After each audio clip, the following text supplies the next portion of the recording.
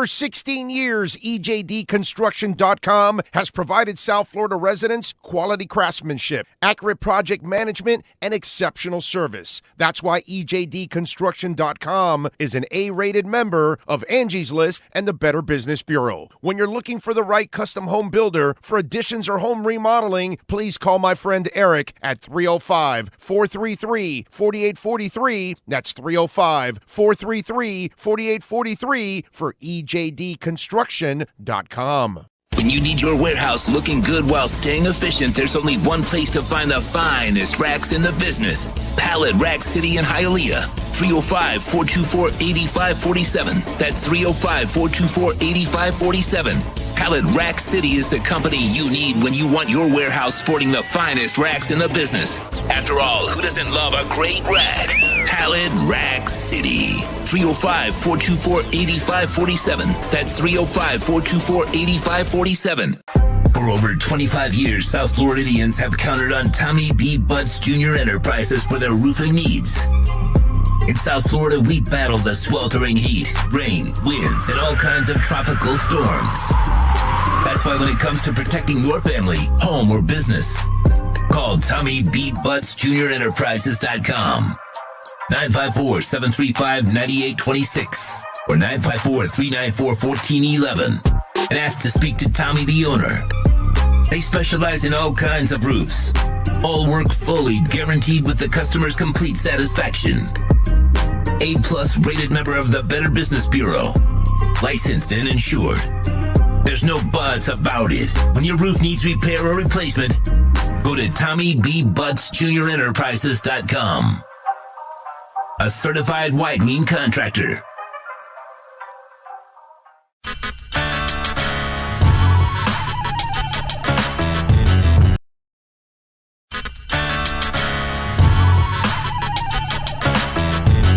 There's no need to drive around South Florida wasting valuable time looking for a new or certified pre-owned Acura. Go to the #1 volume sales dealership in the Southeast United States. Craig Zinn's Acura of Pembroke Pines. Purchase with pace and space in a dealership tailored to your needs. From home buying to providing that personal touch. Contact the 2020 Satisfaction Award winner Craig Zinn's Acura of Pembroke Pines. 888-776-5123. That's 888-776-5123. Or visit them at 15601 Pines Boulevard in Pembroke Pines. The Big O Radio Show is looking for partners to join our growing platform. If your business is ready to reach an audience that starts in Florida, crosses the nation while expanding internationally, this is the program that provides that vehicle. The Big O Radio Show is ready to broadcast live anywhere in the world to represent your event or product. To reach out by phone, 786-754-4664. That's 786-754-4664. Or email bigoradioshow@yahoo.com. Help us grow as we provide the content and personal connection corporate entities will never achieve.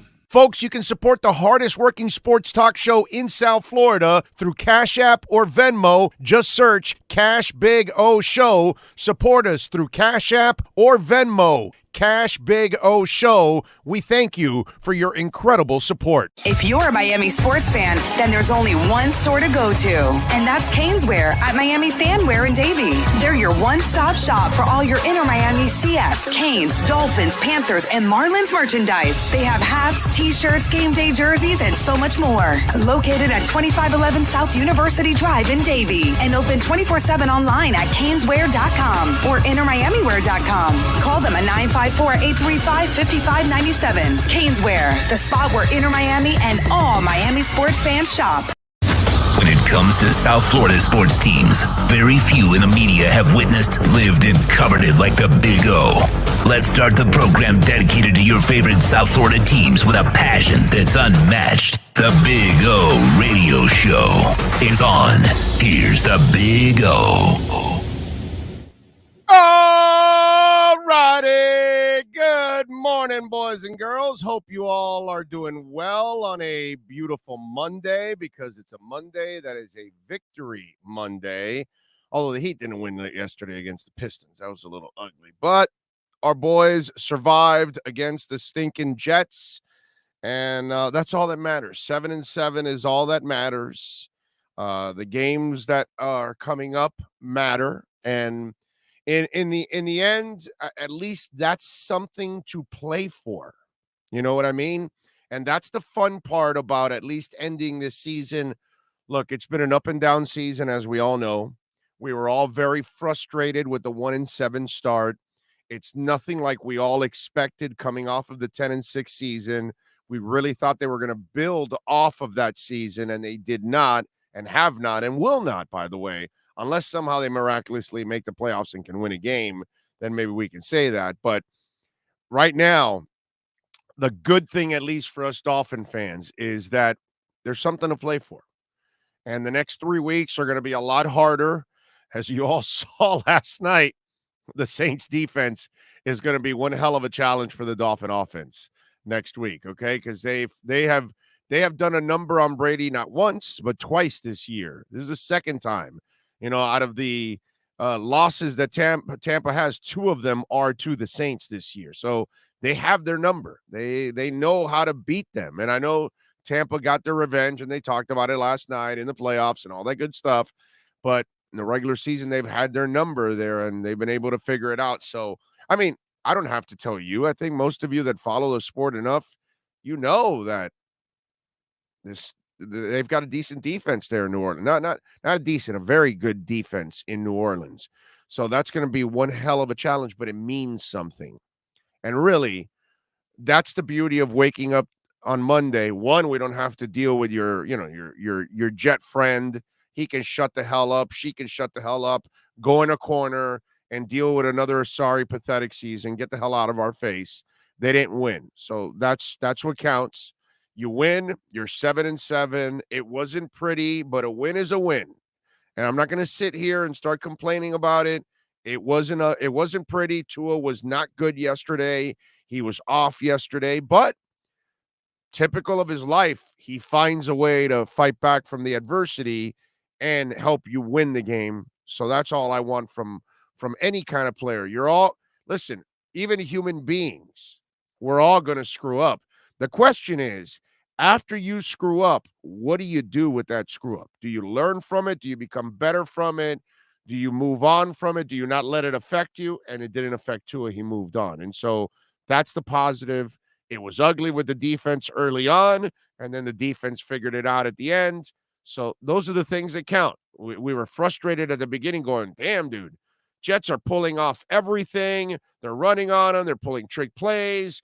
They outcoached them completely in that first half. And then the defense adjusted and finally figured it out. And it wasn't a pretty game yesterday. Okay. But in the end, you found a way to win. And this is why yesterday, well, throughout the week, all of a sudden the cocky Dolphin fan gets too cocky. And you forget it's a divisional game against the sorry Jets.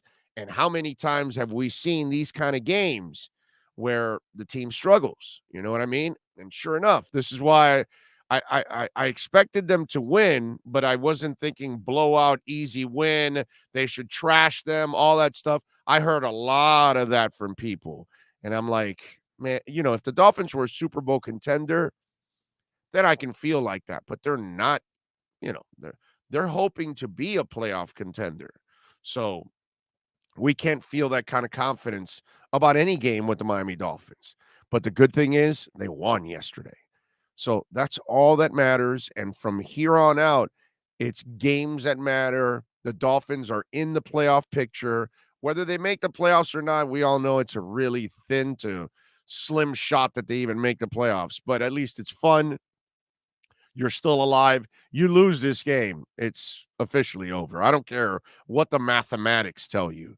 But we'll see. We'll see. I mean, hell, they might even run the table and still not make it in. You know what I mean? But it's going to be hard to run that table. Okay? Just saying. So 31-24, they go from 1-7 to 7-7. Duke Johnson has one hell of a game. So he will get the next crack at being, the number one back, best performance of the year by a running back. We talked about this yesterday on the post-game show. We'll see if he can continue this because this has never been him in this league. So, and I know some of you pick up the nostalgia and all that. We'll have Omar at the bottom of the hour, and he he's a prisoner of the moment, like some of you out there that are UM/Dolphin fans. And, you start getting these feelings like, oh, no, this is it. This is who he is. And you can do this every week. And I hope so. I hope Duke Johnson finds the inner running back he's never been able to find in the NFL because he's only been a pass catcher. Well, yesterday was awesome. It was fun to see him do that. Miami desperately needs it. Tua desperately needs it. The offensive line needs a running back that is going to find a way to have some success, because let me tell you why it's so important what Duke Johnson did yesterday. I don't know if in the big picture it end up doing anything for you, but during that game, if you're pounding them with a 4, a 5, an 8-yard run, a 10-yard run, the offensive line starts to get a little more confidence about what they're doing. If they're constantly seeing their running back get stuffed for a yard or 2 or 3 on a good run or something, that's actually, it's depressing. It doesn't feel like you're doing your job. You know what I mean? And yesterday, the line wasn't bad. The line did a decent job yesterday. And Duke hit the hole hard. He made one cut, one decision, and went upfield. There wasn't a lot of dancing, and that was huge. And now, remember, Duke Johnson has not played all season or for the last 2 seasons like Myles Gaskin has behind this line. So that's where it all becomes a different, monster. You know what I'm saying? So as a running back, the more you play behind a poor line, the more you lose faith in that poor line to open holes. So you will question yourself at times when you're about to pop a hole. Is it still going to be there when I lower my head? That kind of stuff. So maybe some of that is happening to Gaskins and others. It may happen to Duke eventually if he continues to run behind this line and he doesn't have any success. You know what I'm saying? So it's one game, one moment, one bad team in the New York Jets. Let's see what happens this week against New Orleans before we get excited. At least let's enjoy the moment, but let's not get ahead of ourselves like a lot of you did this past week. That you sat there and go, oh, no, this game's easy. They're going to handle the Jets with no problem. And sure enough, that it was a problem. They had to fight for it all the way to the end. So same thing here. Let's pump the brakes a little bit. Let's not put Duke Johnson somewhere where he doesn't belong. Don't put him on a pedestal that he's never been on. You know what I'm saying? And I know we'll have Omar at the bottom of the hour, and we talked about it yesterday and all that. And we can have all these discussions. He's been in the league. I thought it was like 10. It's like only 7 or 8 now.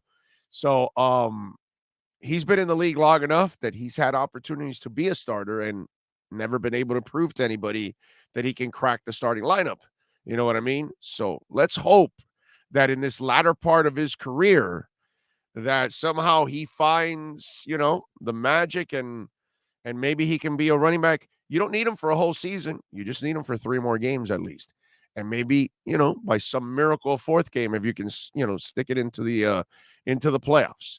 But that was fun yesterday. They needed it, man. They needed it. And for Duke, obviously his career was close to being over. So now he gets rejuvenated a little bit. Dolphins now sign him to the active squad, which is a smart thing to do. You got to give him, even though I still think Gaskin is the better all-around back, but right now Duke has to get the number 1 job. He has to right now after a 100-yard performance. And he should have had like 120-something, 130 yards rushing if it wasn't for the penalty that called that other one back. You know what I mean? And he had 220-something because if you add the 20 yards receiving, he had 1 reception for 20 yards. So he had a fantastic game. So now let's see. Let's see if this can continue. So you give him one more shot this week as the starter. You have to start him this week. You have no choice. You know what I mean? Although these guys are so scheme specific at times, who the hell knows what they're going to do from one week to another. But that was awesome. That was awesome. Great fake punt, Big O. Yeah, I know. That was terrible. Yeah, that was an incredibly stupid decision on Flores' part to try that. The only good thing about it is that at that moment, the defense had figured out the Jets, and they were already kicking their ass. So you got lucky that at that point, you know what I mean?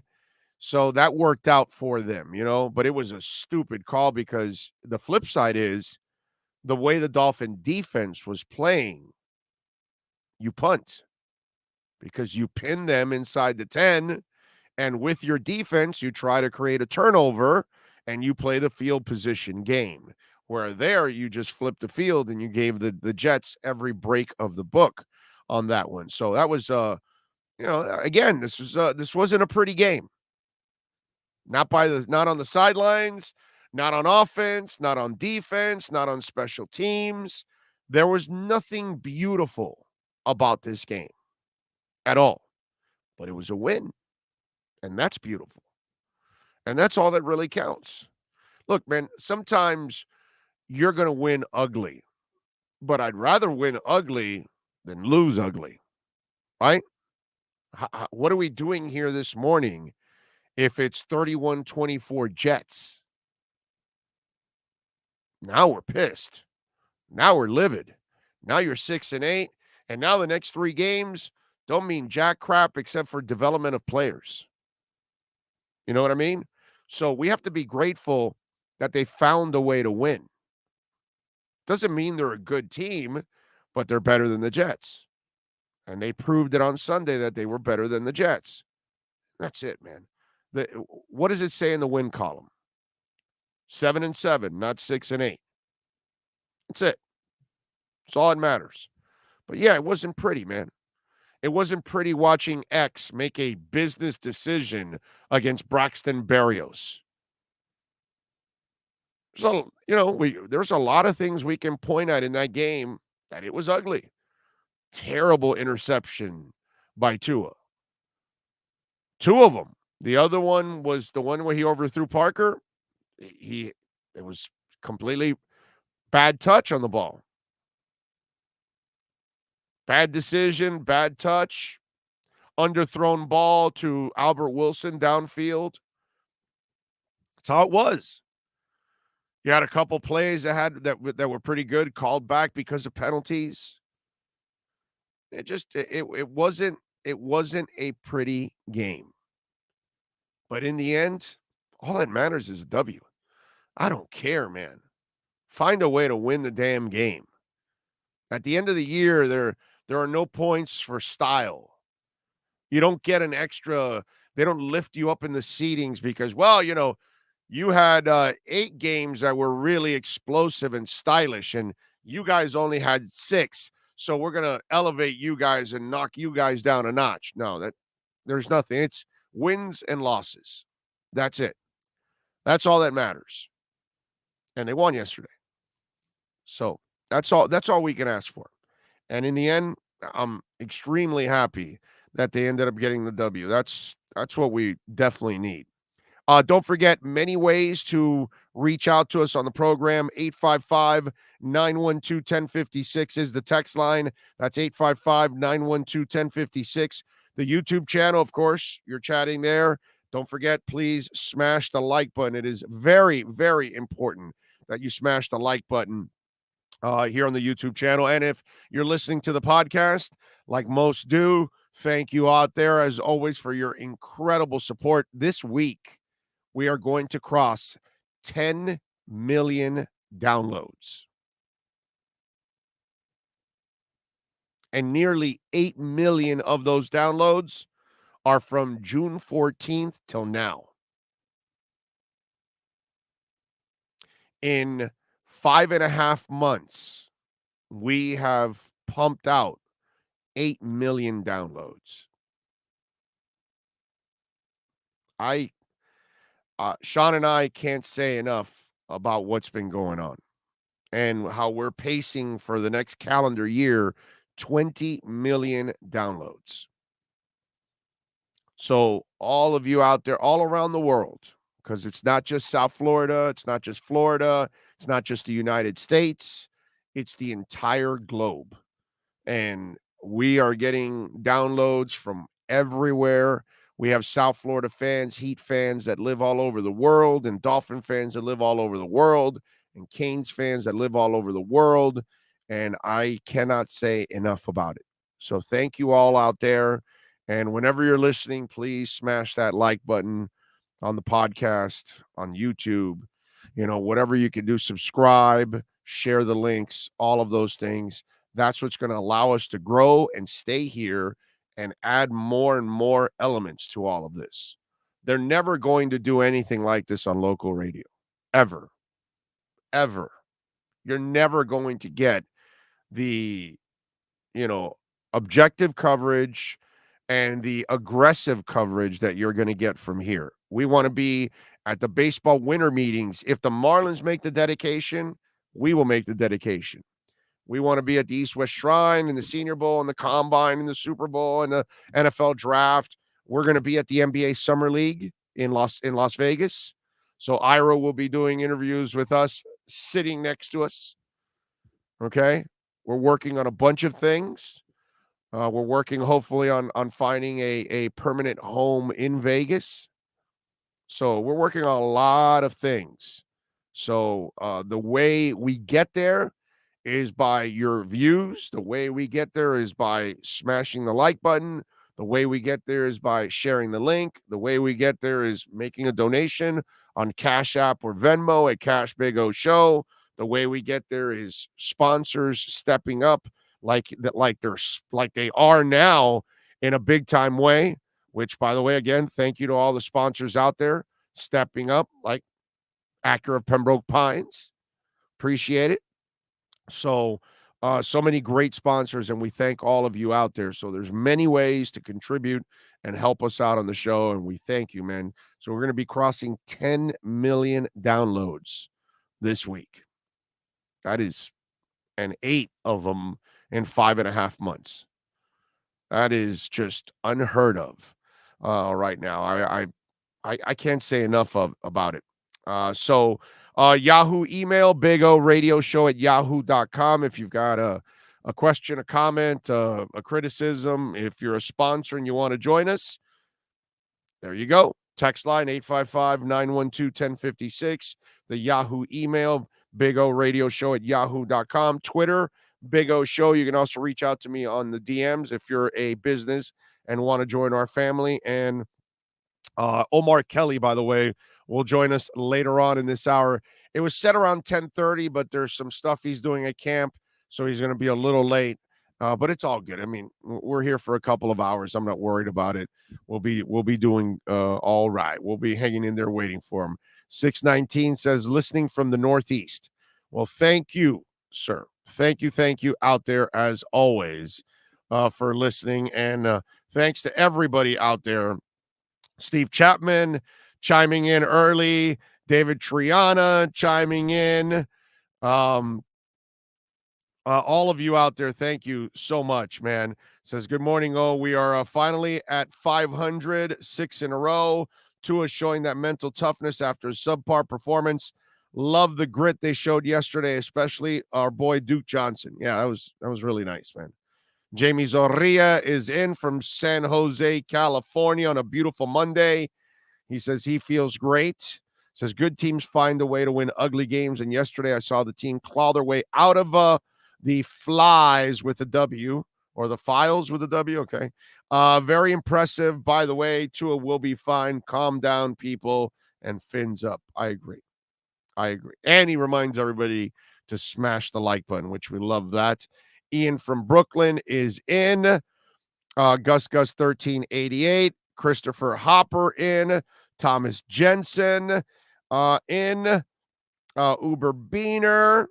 Watching Brady get shut out was very enjoyable. Yeah.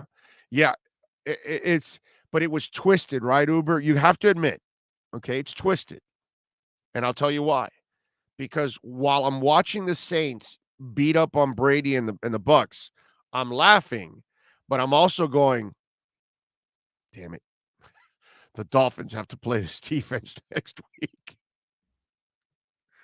I got to admit, man, that's what I was thinking throughout that game. I'm like, damn, okay, so what's Tua, how the line has got to hold up against Cam and against the kid from Texas, San Antonio. What's his name? Marcus Davenport.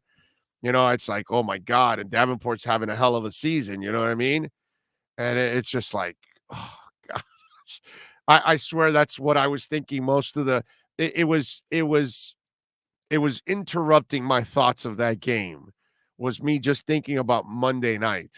You know what I mean? Because I mean, I love football and I watch college football and I watch the NFL, but you know, I live, eat, and breathe and die with the Dolphins. So I'm just that game. I mean, come on, man. There's plenty of you just like me. You kept thinking Dolphins. Like, okay, all right, well, the Duke this week, man, we need this Duke next week. That's what I'm thinking. All right, well, Duke gets an extra day's rest at least. The body will maybe feel a little better. He's fresher than everybody else. Man, they need this Duke next week. There's all kinds of things going through my mind. I'm going, Waddle better get back from COVID next week. They really need Waddle. You know what I'm saying? This is what was going through my mind last night while I'm watching that game. And I know there's a bunch of you have to be thinking the same thing as me. It's only human nature. Because in the end, we don't care about the Bucks. I don't have anything against the Bucks, but we don't care about the Saints. We don't care about the Bucks. We care about our team, the Dolphins. And to me, that's what was bothering me last night. I'm going, damn, okay, what are the Dolphins going to have to do? And against this team, you better not have a stupid fake punt call against this team. I'm thinking all these kind of things are, telling me, man, you know.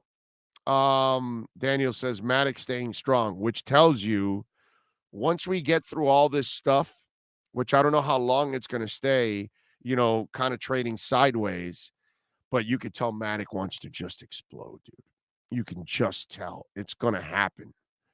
It is just going to happen. It's just one of those things. I think it's really, and it's not a lot with the crypto market. I think the crypto market's fine.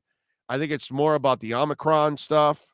I think it's a lot about the on the stock market side that there's a lot of issues there. So that kind of trickles down. You know what I'm saying? So I think that's why we're seeing the trade sideways stuff. But folks, this is when you get Cardano. This is when you get VeChain. I'm not in financial advice, but that's what I'm saying. This is where you can buy, Bitcoin in the mid 40s. And, these are the opportunities that a year or two from now, you're going to say, wow, damn, that was smart of me, ballsy of me to buy and sit and wait and be patient, because eventually when it explodes, look, what you always do in investing, okay, is you invest what you can lose. You don't invest your rent money. You don't invest the money you're going to put food on the table. You don't invest your mortgage, your car payments, your kids' schooling. You don't invest any of that. You invest discretionary income.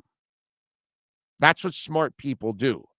Do not invest money you need to live, to survive week to week, day to day, month to month, year to year. Never, ever go to the casino, invest in a stock, buy a coin, buy whatever. You never invest with money you need to survive. Because if you do the way I'm telling you, then you're not needing that money right now. You can let it sit there. And if it has to stay stagnant for a week, a month, 6 months, you let it stay stagnant for a while. And eventually, when it kicks, your patience will pay off. That's it. But you have to have patience. You can't listen to the FUD, fear, uncertainty, doubt. That's what FUD stands for. There's a lot of people spewing it out there. As I've told you, there's a lot of people writing about crypto that know nothing about crypto. And I know because I read the articles, and when I'm a quarter of a way or halfway through something and I read it and I know it's completely bullcrap, I stop reading the article and I look at the name on the article and I make sure I never read that person ever again. Because then I know they're not into crypto. I know that they're not investing. I know they have no money in the game, so they don't know anything about it. You know what I mean? So whether you like it or not, whether you believe it or not, the future is that. The future will be DeFi. The future will be crypto. That's the way finance is developing. That's the direction we're going in. And by the way, most of you don't know anything about this. It is going to be the ultimate freedom for all of us. It is the ultimate way of creating equality in this world where maybe your sex, your color, your nationality, your lack of experience, whatever it is, there's so many different things that have hurt people along the way to get loans and try to advance in this life. DeFi is the freedom for every single human being on earth. The more you find out about it, the more you understand it, the more you will take advantage of it and really thrive. Okay? But you have to understand it and you have to make the commitment to it. And you have to be careful, by the way, to these YouTubers that you listen to, because a lot of these YouTubers that are out there, some of them have money already and they talk about this like in major volumes and they assume everybody in front of them listening is major volumes. And I'm not that guy. A lot of people aren't that. So you got to address crypto in a sense, or investing in a sense of, well, what financial bracket are you in? You know what I mean? So if you're rich, you can take all kinds of chances and pump and dumps and all that kind of stuff.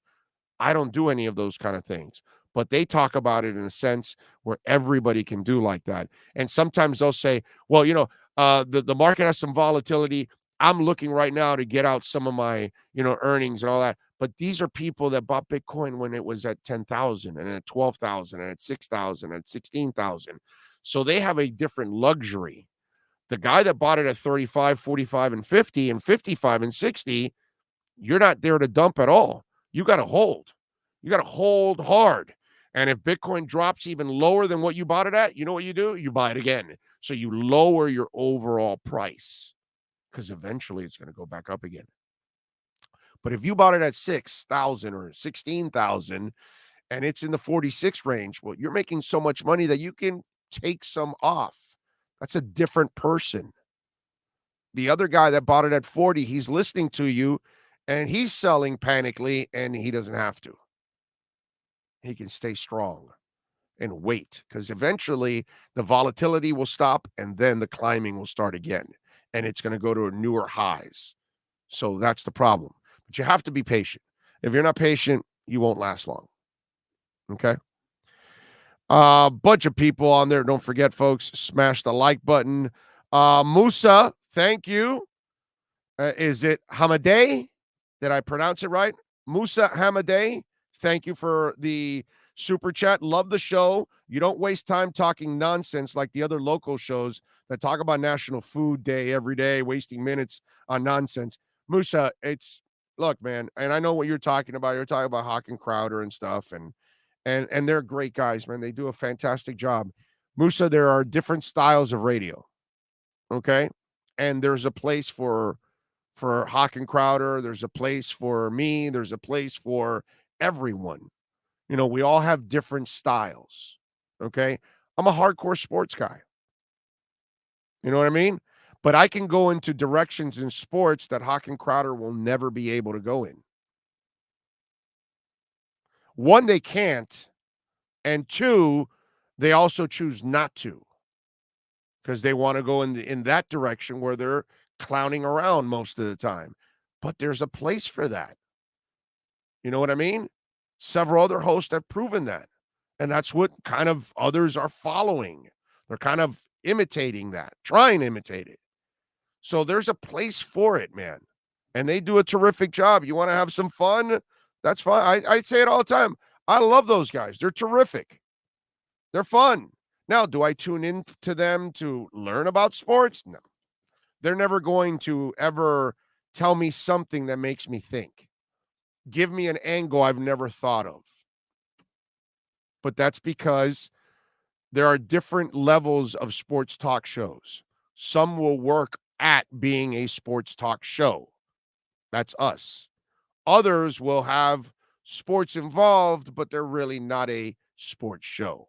And that's really what they are. They're not really a sports show. They're kind of a guy show, screw around, have fun, and they do a terrific job with that. And they eh, plenty of people will listen to that. Plenty. And I wish them the best. It's just two different styles of talk shows. That's all it is. Everybody has their own style, man. You know what I mean? Nothing wrong with what they do. It's just completely different ways of going about it. But I appreciate it. Thank you for tuning in.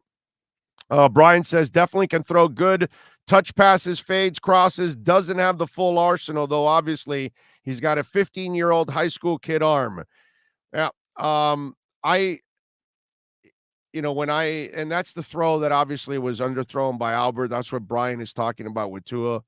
And let me explain something here where prisoners of the moment, and that's Brian Martinez right there, prisoner of the moment, because a couple of weeks back he threw a ball that was actually deeper. And so sometimes you have to understand, you're not just unloading all you can throw. You're actually trying to throw it to lead the receiver. That's what he was trying to do. But he didn't throw it right. He didn't put enough on it. He could have put more on it. Go back a couple of weeks ago to the Jalen Waddle one. I believe that one went 5, maybe 7 yards farther. So he can throw it deeper, but he didn't put enough on it. It wasn't that he doesn't have enough to put on it. Can he throw it 80 yards? No. No.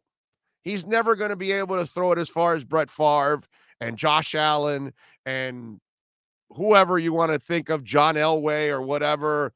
You know, those guys had rocket arms. That doesn't mean you can't be a great quarterback, because Joe Montana could never do that either.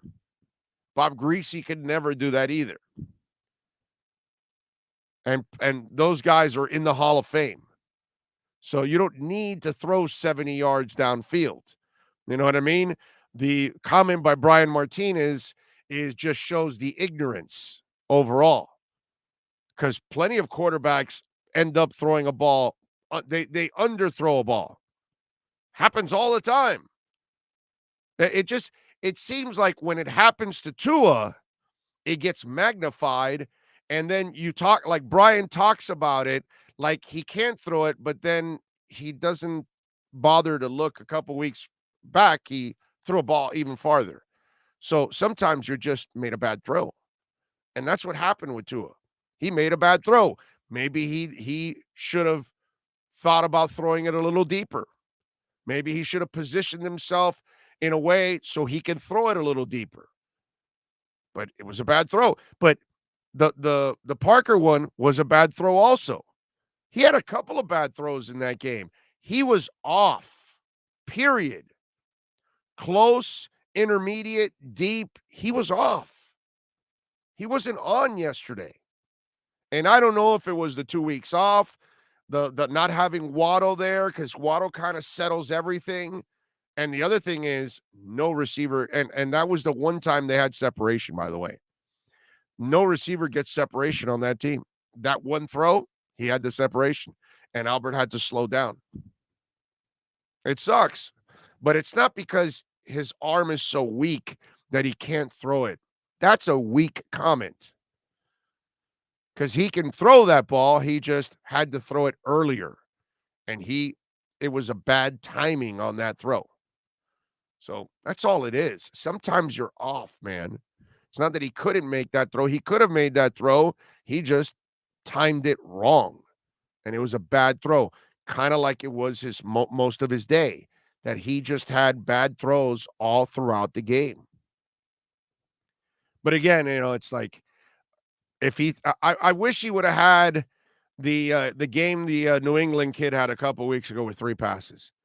I mean, it's like all they do is praise one kid, and then this guy gets grilled and charred and freaking, I don't know what you want to. roasted and every kind of adjective you can use. They kill this kid for any little negative thing that happens to him. It's really amazing. If the O-line can hold up well enough as they did yesterday with Waddle back in the lineup, and if we get a 1-2 punch of Phillip and Duke, we can win out. Rick, you kind of left out that next week the defense is 5 times better than the one you faced this week. You know, I love how the equation is one-sided. But like you forget to mention that, well, the Patriot defense is superior to the Jet defense, and the Saints defense is superior to it. And so, yeah, you can get that. Doesn't mean it's going to help you against those defenses. They played the Jets yesterday. That's a really bad team.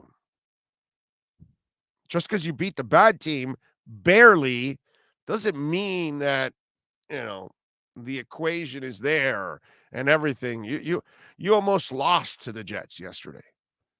I mean, it's ugly game yesterday. Late recognition makes it hard to hit the bomb, especially when you're not expecting to see him open. Yeah. And remember, he has where Tua has to. This is where Tua screws up too, which is radically. You are 1,000% right. This is where Tua has to know. Like Josh Allen can see it late. Cam Newton can see it late. Not that Cam Newton can throw it accurately, but those kind of guys can see it late and just unleash because they've got cannons. So he knows that he doesn't have that body. He doesn't have that gun. Okay. So you also have to be aware of your limitations. So Drew Brees could not do that either. So what you have to do is be smarter and anticipate better. And then make a decision like, well, I'm not going to make that throw because I'm already late on that throw. So that's a throw that Bob Greasy can't make. That's a throw that Drew Brees is not going to make. That's a throw that obviously Tua could not make because if you decide late and you don't have a gun, you're not going to be able to make that throw. And there's been plenty of quarterbacks in the NFL that have had success that aren't necessarily, you know, freakish talents. But the part that, you know, conveniently a lot of people leave out is there's a ton of guys that had all kinds of big arms and they sucked as quarterbacks. And they never won and they turned over the ball left and right and they weren't accurate and all that stuff. So it's not just about having the gun. It's also about being accurate. It's also about having the anticipatory skills.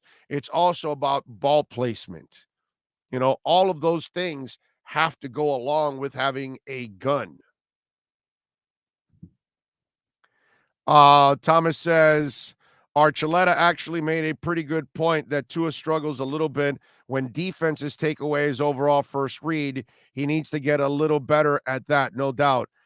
Actually, what they need to do is get better receivers. Well, why do you think his first read is the best read?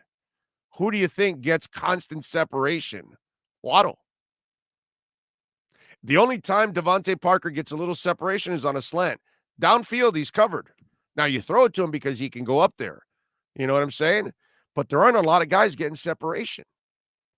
Every time he's throwing into a tight window. He doesn't throw into big-time space. So part of the whole thing is that you've got to also get better talent around him. You know what I mean? And that's where it's hurt him. Hopefully they'll be able to do it. All right, let's get ready because Omar Kelly is ready with the EJDconstruction.com Miami Dolphins report. Hey, Big O, protect your home the way we do with Sloman's Home Security, folks. And if you want some great news, how about this? A free doorbell camera. That's right. The first 40 Big O listeners who dial 1-800-ALARM-ME will get this limited time offer of a free doorbell camera that connects directly to your smartphone with installation of your Sloman's Shield. And that's not all, folks. Sloman's is going to give you a free customized home security system and professional installation when you use their low-cost central station monitoring. So you're getting an LED touchscreen pad, a motion detector, 3 arm doors, and backup battery. Plus, if you're one of the first 40 Big O listeners to call 1-800-ALARM-ME, you'll receive a free doorbell camera with the installation of your Sloman's Shield. Keep your family safe like we do here in the Alzigari family. Call 1-800-ALARM-ME. That's 1-800-ALARM-ME. The Big O Radio Show is home for the hardcore Dolphins fan. That's why we give you Omar Kelly twice a week. Buckle up. It's time for the EJDconstruction.com Miami Dolphins Report, exclusively on the Big O Radio Show. All righty, there we go. Let's get ready for a little EJDconstruction.com Miami Dolphins report with the one and only Omar Kelly. We await Omar. There he is. He's back. I had to go get my stats. Oh, yeah? What stats do you need? What kind of stats are you what are you enlightening us about? Are Duke you Johnson and that nice contract that he got to finish the season. I thought, as I said to you yesterday, bad decision not to sign him for 2022. Could have got the deal done for $2 million. Nah.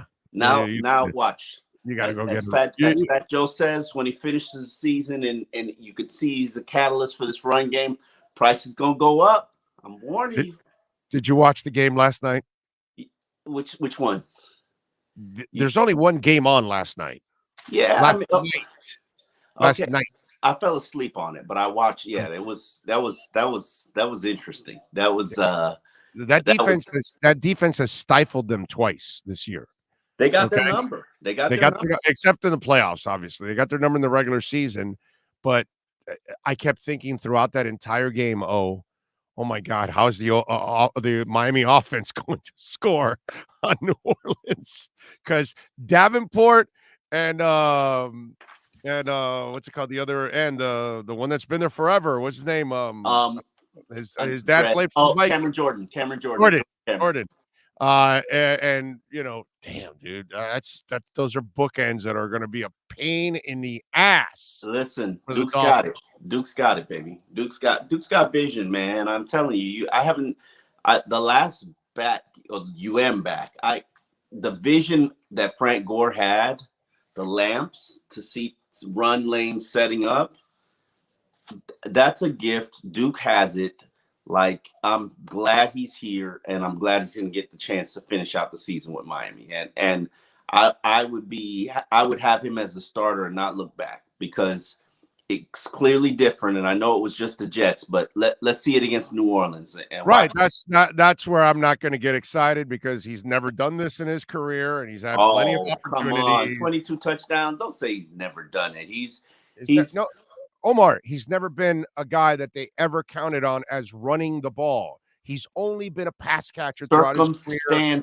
Go look at it. This was his first 100-yard rushing game, I think. Circumstances. He scored 22 touchdowns in his career. That's not a small amount.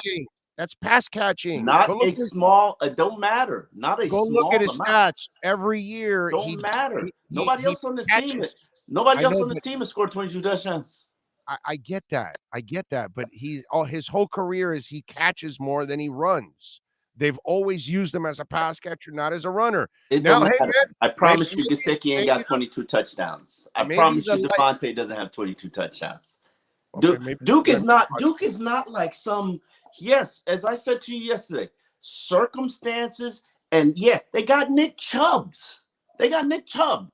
Like, okay, yes, of course he's not gonna be a featured back when Nick Chubb is in your backfield. And they didn't have Nick Chubb 7 years ago, bro. Bro, come on, man. When he was first there, they didn't have Nick Chubb. It's Cleveland, bro. It doesn't matter what it is. Cleveland. You're a prisoner. You're a prisoner of the moment, bro. Just like everybody else. No. The facts are he's never done this. Okay, those are the facts. Doesn't mean he doesn't have the That's facts. The reality. He has talent. So let's see. But best back in school yardage history. Like you think that's easy? He's not even close to being And the he best played back. for He's not. He's not. Al Golden. My man, I don't care what he did at the U. There's a whole bunch of backs better than him at the U. A whole bunch. Who? What? Edgerrin James? What? I'll take I'm- Alonzo Highsmith over him every day of the week and twice on Bro, Sundays. okay. Hey, Anderson back in the day, we'll take him over I'm not him. talking We'll about take no McGahee over 1980 him. backs. He was a nice back at the U. Don't get carried away now. Don't get carried away, bro. Him and Who Lamar, owns the nice rushing records? backs. Who They were owns nice the backs. rushing records? I don't care about those stats. It doesn't matter to me, bro. He can't hold a candle to Edge. He's nowhere near Edge, bro. He's a Hall of Famer. What you want me to do? What you want me to say? He's nowhere near Clinton Portis as a running back. Running back. Okay? He and Lamar Smith never really were, and Lamar made it more as a running back than Duke did. And neither one really was You mean Lamar Miller? Yeah. Lamar Miller, yes.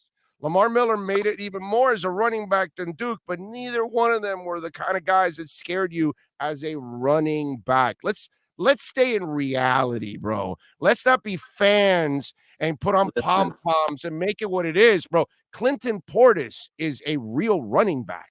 I didn't say Clinton wasn't a real running back. All I'm saying is you're disrespecting Duke because of what he wasn't able to accomplish for a crappy team led by crappy coaches with more talented backs on them.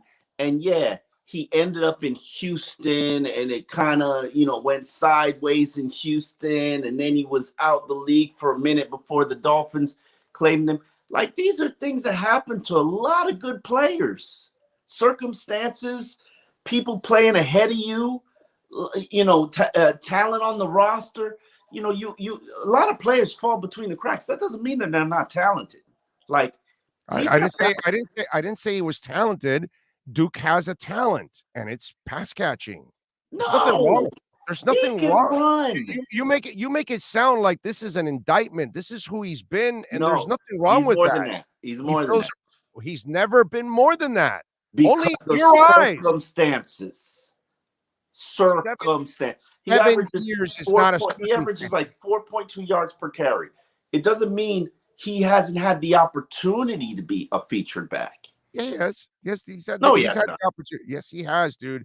You always have the opportunity every week you're on a roster to make an impression on your coaching staff and saying, all right, let's start him. He had opportunities throughout his career of starting and trying to build it as a running back, and it never worked out for him, dude. I know, man. I'm a fantasy player. Duke Johnson's the guy we get as a flex for receiving because that's what he does. That's what he's been. And there's nothing wrong with that. Detroit had a guy for several years that was more of a pass catcher than a running back, and he's terrific at it. There's nothing wrong with that, Omar.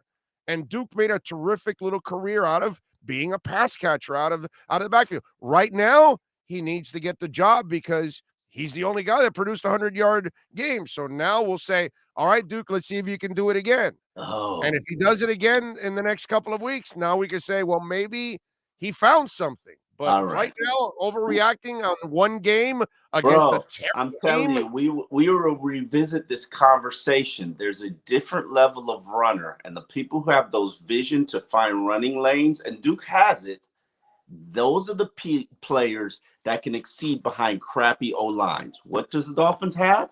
They've got a crappy O-line. I'm telling you, this is the answer. This is the recipe.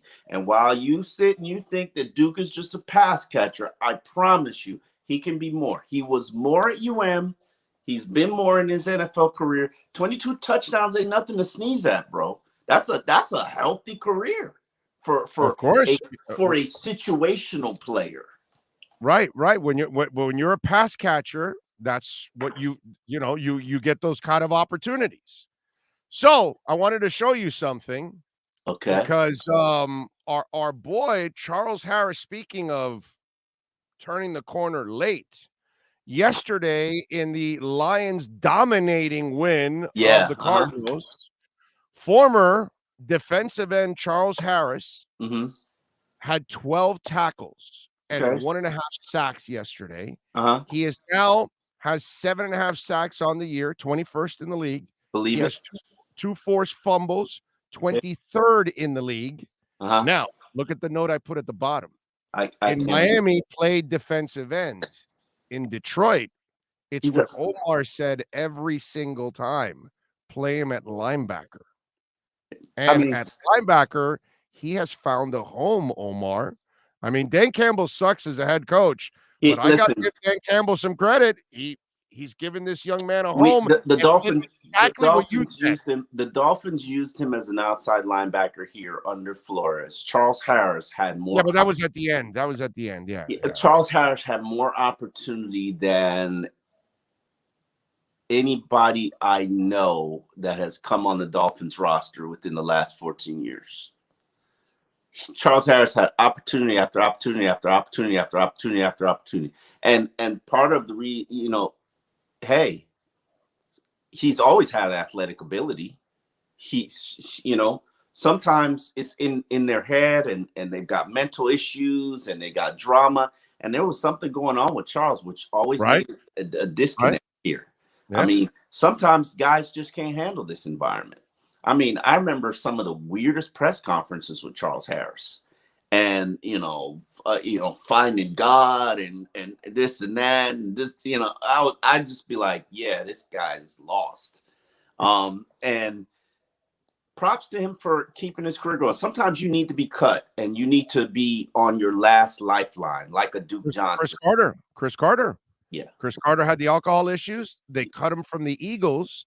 And he signs with the Vikings. Yeah, and he ends up in the Hall of Fame, because he found the fall guy and he played a really good career. I remember. I won't say Omar didn't pick up on that. Go ahead, Omar. I'm sorry. No, I didn't pick up on that. I don't remember Chris Carter's career. Just look Chris Carter fall guy on YouTube, and you'll laugh your ass off.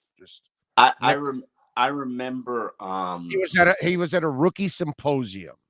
Yeah, and I've seen that. If you're gonna do something, get a fall guy.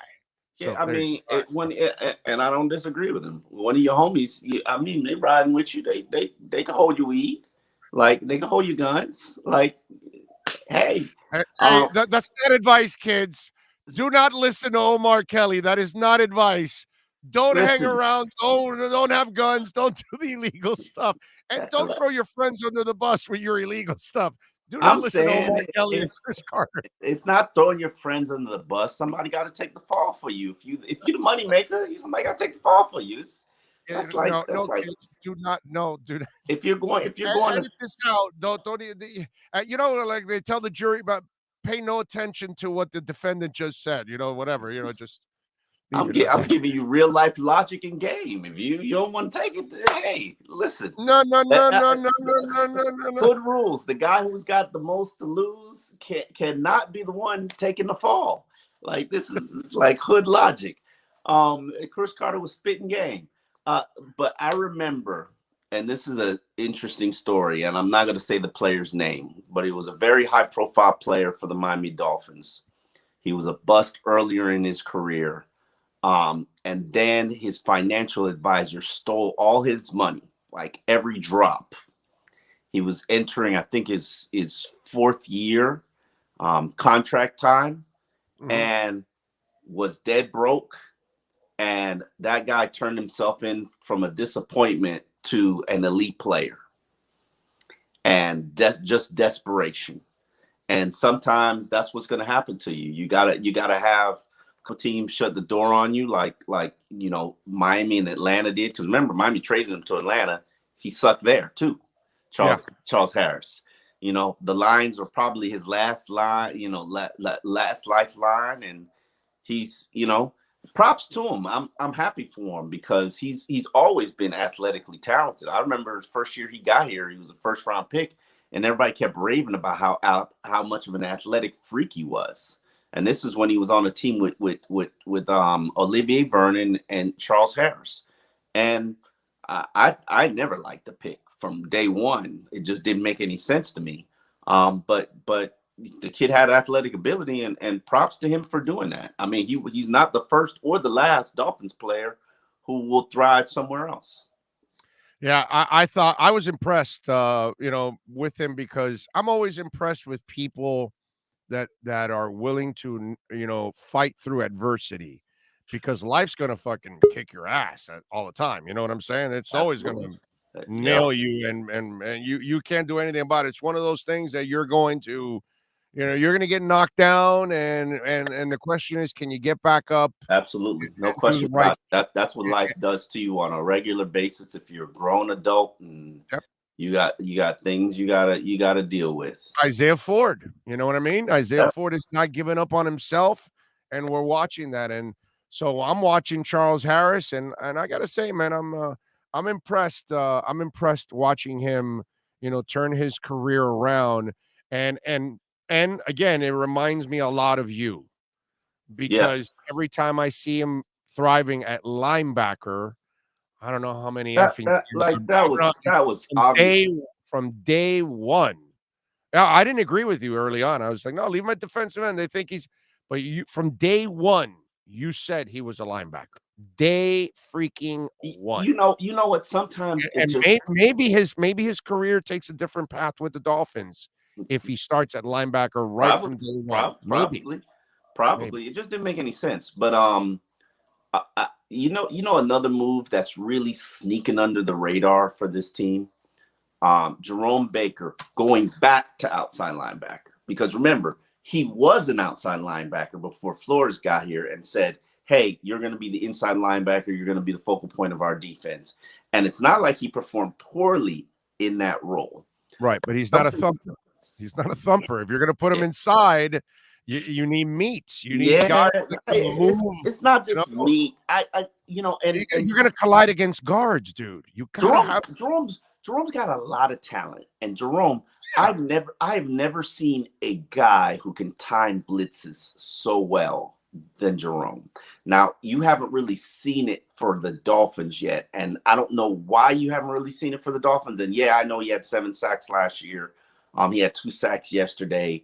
But I'm telling you, he had the timing on his blitzes is immaculate, and we haven't seen him to his full development.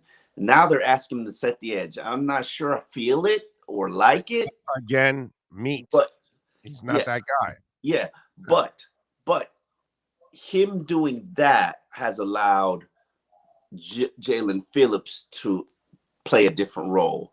Him doing that has allowed Landon Roberts and Duke Riley to play a more prominent role, which is more inside for those guys. Yeah, I think this defense could take off when they add a real inside linebacker, a 3-down inside linebacker. No disrespect to Landon and Duke, and you're talking about that. You're talking about that physical, athletic freak is what they need inside. I know what you're saying. And listen, they're playing well right now. So maybe if they continue to play like this, I mean, they are doing some ridiculous stuff statistically, defensively wise. Yeah, that's why the beginning of that game was like so frustrating, dude.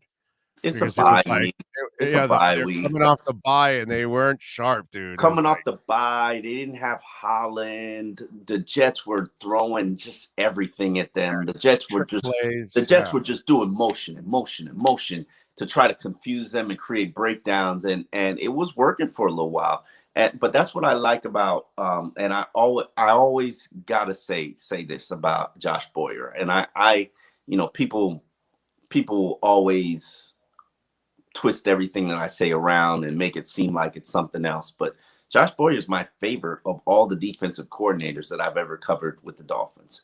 And the reason why is because I get excited about going to Sunday's game and knowing what his challenges will be, seeing what his answers to those challenges are, and the game plan. The Nick Needham at safety, perfection. Just that you had so many different guys, Brandon Jones, Eric Rowe. You could have put Justin Coleman there. You could have put Nick Needham. What made the most sense for the Dolphins?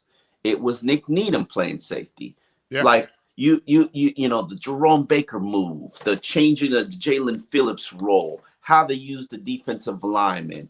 Like I told you, I wasn't satisfied with Eric Rowe playing free safety. That would not have gone. Yeah. Well. He doesn't have that range. But Needham, I love that move. Let me give you something. Ultimate respect this week. Dolphins didn't blitz a young quarterback as much as they should have without Javon Holland. Wow. They blitzed him. They blitzed him. No, not like they blitzed other guys. I mean, you last don't have couple weeks. Holland, so how you gonna do that? That's my point, Omar. Yeah. Ultimate respect for They- Javon Holland, that they said, we don't have our center fielder. Even if we're playing this kid, I don't want to screw around. We're not going to put other guys. They didn't even expect Nick Needham to do what Javon Holland's doing as a rookie, dude. Who would That's- expect Nick Needham to do But it? he's fine? a rookie. He's a top 5. He's a top 5 player on the team right now. I know, but he's still awesome. He's a rookie. Yeah, he's gonna Javon get better. Holland's a freaking rookie. And the defensive coordinator said, I'm without my guy. I don't trust you guys enough to be blitzing the way we They have still blitz. without They my still center blitz. fielder. That's badass. They still blitz. They just brought different blitzes. They didn't blitz nearly as much as they blitzed the last couple of weeks. And I mean, and we're talking about a quarterback that you should have blitzed him to hell. Nah, and forced him. I don't know if that's the right approach for Zach Wilson. I think you Have just sit watched back and him you the last make him couple throw. weeks? He's a turnover machine. He can't read the field. So That's why you blitz the crap out of him, dude. But then he could run out of pressure, though. He could run out of pressure, and he's got the arm to beat you. Exactly. That tells you that without Javon Holland, they stayed more conservative because one, it's the Jets, and they felt they could probably get away with it that way. But if they would have had Javon Holland, they would have made a freaking nightmare for that kid. They are such a complex defense, and I don't think Dolphin fans truly understand how complex. Dolphins fans see players go in and out, and in and out, and they see guys serving different roles. They generally don't ask players to do things that they're not good at, or they're so package based that guys have come off the field when they know that this could potentially be a challenge for them. I mean, if you think about this Dolphins defense, there are 1, 2, 3, 4 players who play every down. That's it. Everybody else in every role is interchangeable. Like, think about Eric Rowe. Eric Rowe doesn't even play as much as he used to play. He doesn't even have the same roles, yet he's second on the team in tackles. But he has this very specific role. Same thing with Brandon Jones. Brandon Jones is not an every game starter. No, not yet. He's a specific starter in a specific role.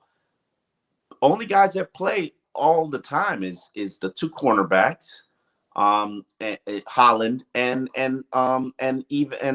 Jerome Baker. That's it. That's everybody else. Even Emmanuel Agba is not an every down player. Yeah. They keep him there most of it, but yeah, they do take him out once in a while. You're right. It's all package based. And I used to, and I've said this to Josh. I spent like 14 years watching the Patriots and never being able to fully understand, what are they in? Are they in a 3-4? They're in a 4-3. What defense are they playing? Is this a nickel? Is this a dime? Or is this a quarters? They are, and you watch the Dolphins and you see they do the same thing. You can rarely ever figure out what they're doing or what they're in or what their intentions are, because there's so many moving pieces and so many interchangeable pieces. If you don't watch every game and every play, you don't really understand the intricacies of the hybrid. And you hear so many teams talk about hybrid defenses. Like, I remember one of these Dolphins defensive coordinators used to run a hybrid defense. I think it might have been Kevin Coyle. And I thought it was a weak hybrid because it was a fake hybrid.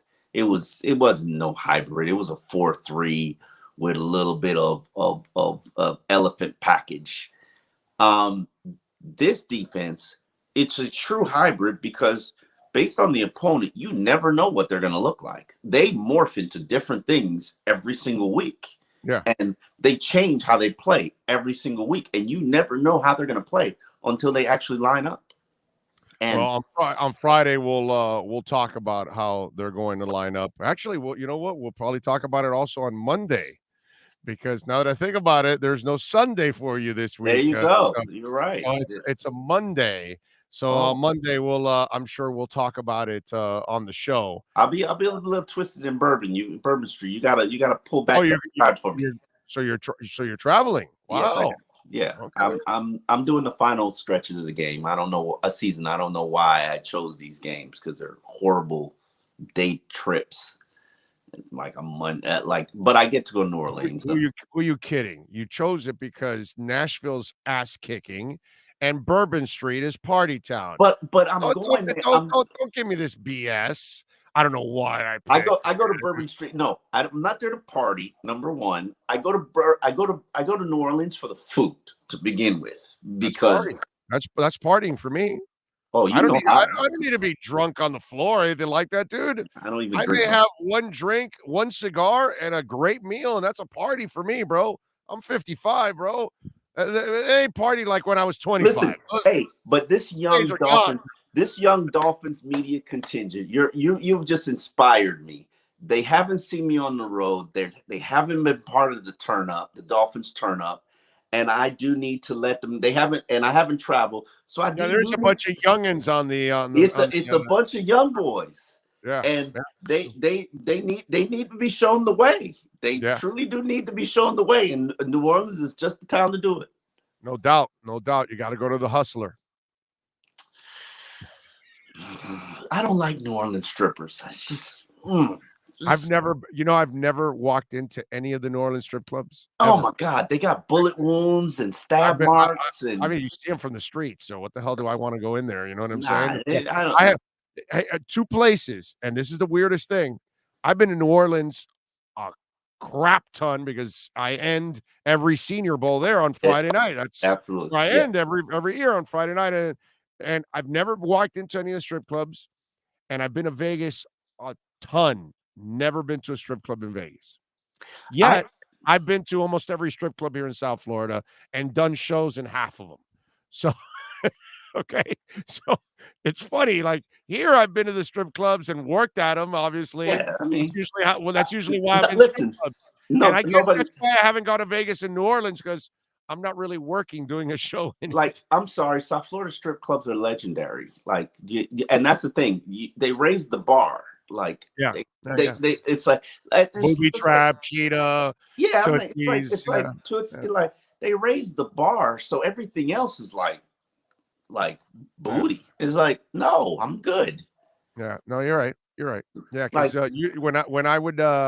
when scouts would come in, I haven't been doing it the last couple of years, but they'd ask me to, hey, what's the best gentleman's club to go enjoy a cigar, and so. I'd end up with a scout or some kind of a person. Yeah, you got to be. Although now that I think about it, I haven't done it in a few years because of everything that's gone on, and I think most of these guys are staying away from that kind of stuff already. At this point. Got to, especially what's going on now. You make me rethink my whole young boy turn up situation here in New Orleans because I can't come home and have the Rona. No, definitely. And you shouldn't also have glitter on you too. That's also not a good thing. Hey man, listen. I'm used to the glitter on me. Like I just, good bath or two takes it off. All right, follow him on Twitter at Omar Kelly.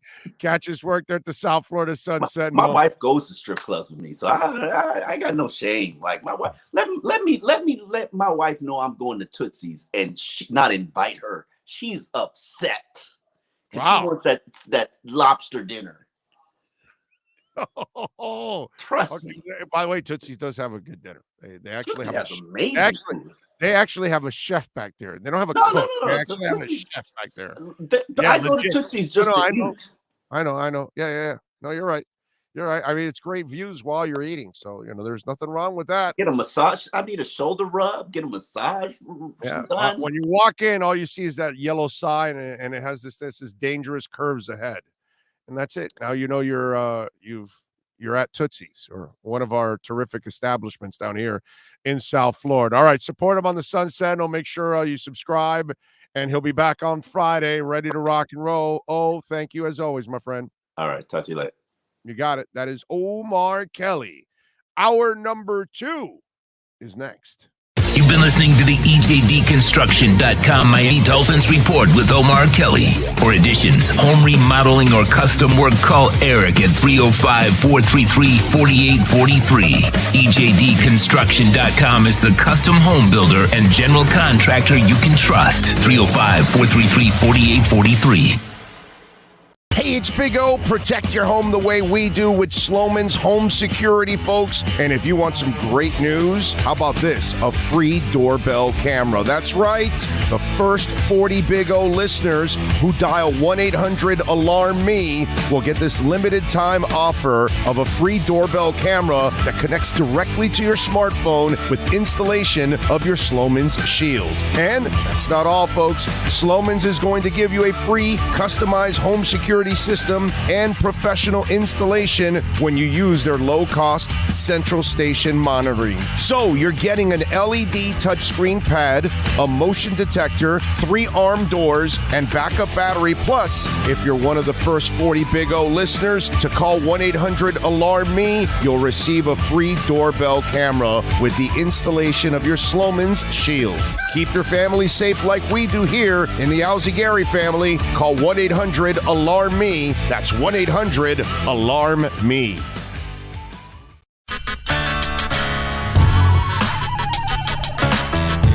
For over 16 years, EJDconstruction.com has provided South Florida residents quality craftsmanship, accurate project management, and exceptional service. That's why EJDconstruction.com is an A-rated member of Angie's List and the Better Business Bureau. When you're looking for the right custom home builder for additions or home remodeling, please call my friend Eric at 305-433-4843. That's 305-433-4843 for EJDconstruction.com.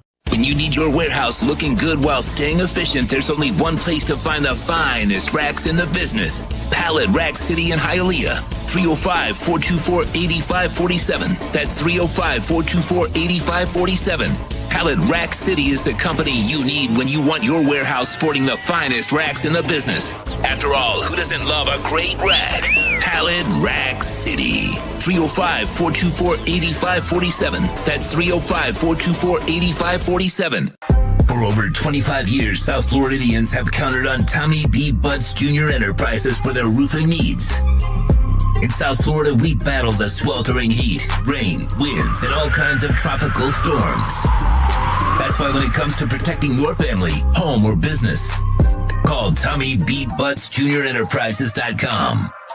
954-735-9826 or 954-394-1411 and ask to speak to Tommy the owner. They specialize in all kinds of roofs. All work fully guaranteed with the customer's complete satisfaction. A-plus rated member of the Better Business Bureau. Licensed and insured.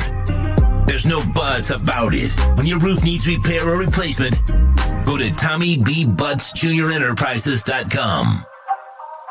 A certified whitening contractor.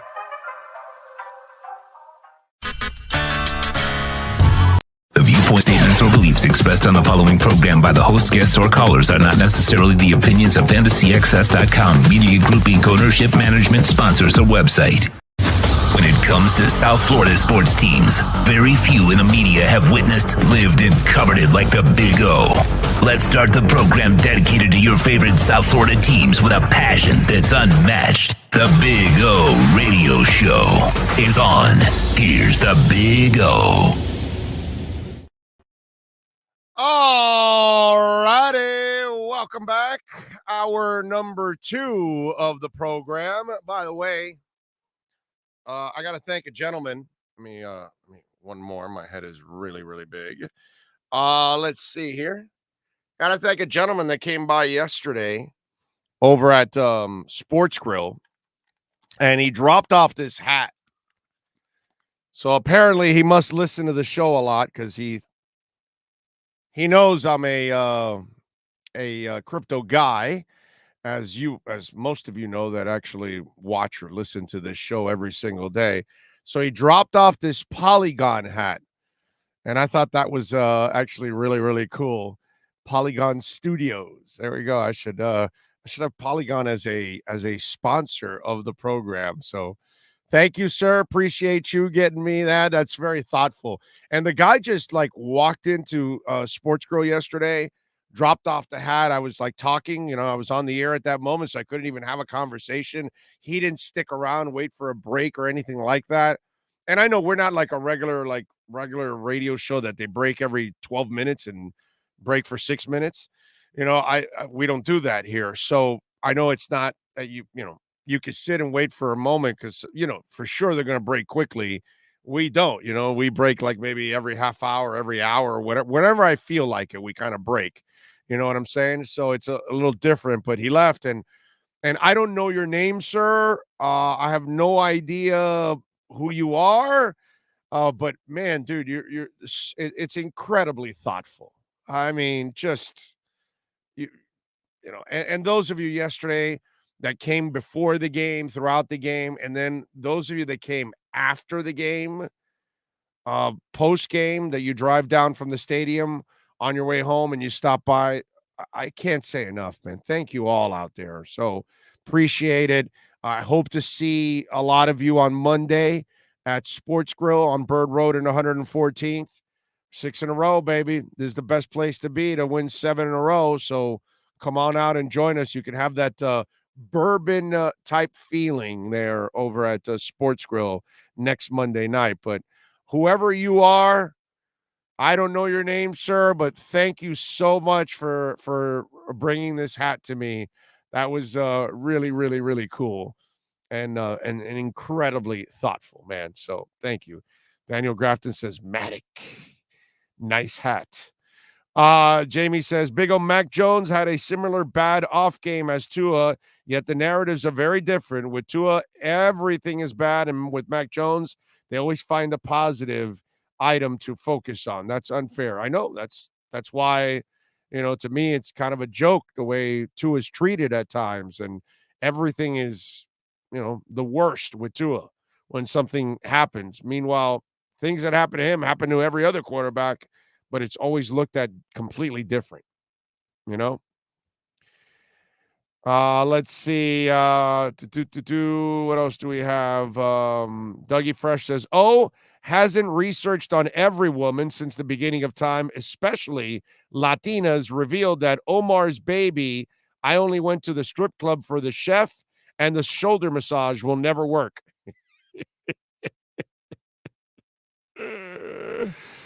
You got to love it when the wife wants to go to the strip club. That's good. George Albany says, Big O, that non-wrap-up play by X to allow the TD on 3rd and goal drove me effing nuts. Don't want to hear financial decisions. No excuses for that. Sorry, wrap up and drive with the 175-pound wide receiver out of bounds. Well, you know how X works that way. But don't worry about it. The Homer Dolphin fan will tell you, well, hey, man, he has a couple big turnovers this year. But if you really look at his season, he really hasn't had a good season. That's, whatever, man. I get it. He's made a couple plays and fantastic, but he does a lot of other stuff that's pretty embarrassing. I personally would trade. I couldn't trade his ass faster this offseason. Okay? It's there. It isn't fast enough how quick I can unload him in the offseason. I want nothing to do with X. Nothing. Move on. You can go find another one. He'll find another corner. But one that actually will tackle and, play like Javon Holland. Play like Javon Holland. Now you're willing to get your nose dirty. That guy makes a financial decision on every tackle. It doesn't have to be just Leonard Fournette. We now know that he's afraid to hit 170-pound wide receivers.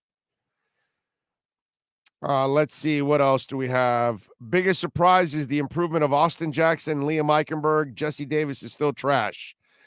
It's slight improvements, Brooklyn Rob, but it's nothing to write home about yet. They didn't play bad yesterday. They did all right. Love the flying Elvis getting beat. Montego says Wentz is truly pathetic. Francisco Rivero says, love meeting you yesterday, Big O. Keep up the good work, brother. Much love. Thank you, Francisco. Very nice of you. And thank you for coming out. Thanks to everybody that came out yesterday, man. You guys are absolutely freaking awesome. Great support. I know on behalf of Sean and myself, we are incredibly grateful. Donnie Urig, thank you, sir.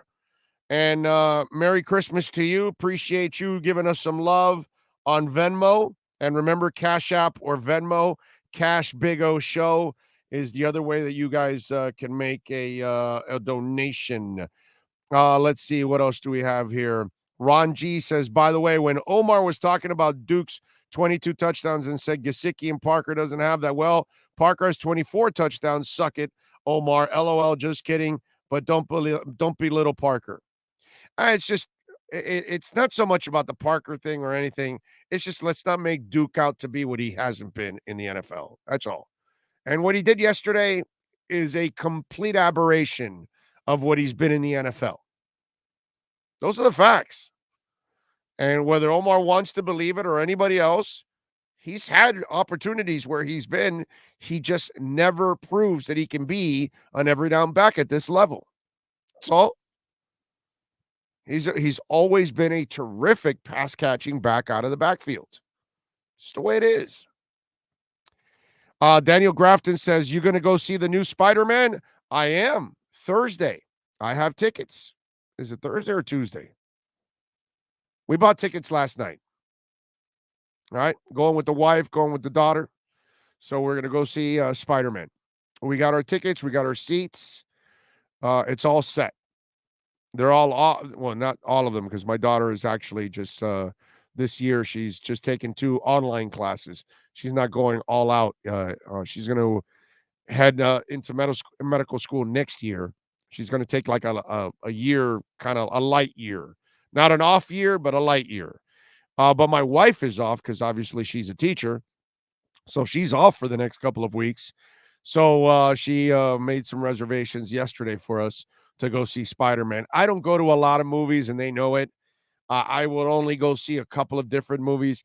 And I'm not the biggest, like, I do like the superhero movies, but I think they've gotten like a little too much at times. And I think a lot of them are overrated. I'm sorry. Like, you know, I saw they're doing Aquaman 2. Well, Aquaman 1 sucked. So I'm not exactly sure why I would want to watch Aquaman 2. You know what I mean? So I think we've gotten a little overboard with a lot of these, you know, superhero movies. And Lord knows they've made already way too many Spider-Mans and Supermans and all that kind of stuff. So for me, I think that's kind of jumped the shark. But I mean, people do say that this one's pretty good. We'll see. We'll give it a whirl. Okay. I'm going because, you know, the wife and the daughter, and more than anything else, but I probably would have waited for it to come onto the theaters. But if I'm going to go to a theater, it'll be a 007, it'll be a Star Wars, or maybe one of these kind of movies or something. I don't really like going to the theater much. Let's see. And by the way, Daniel, thank you for the super chat. Antonio says, for anybody that wants to say Tua didn't play well, he threw a pick 6, but Murray threw pick 6 on an out route. Tua doesn't get rattled, and the next drive, he leads us to a win. I'm with you, man. I'm with you. He didn't play well yesterday, but he overcame the adversity.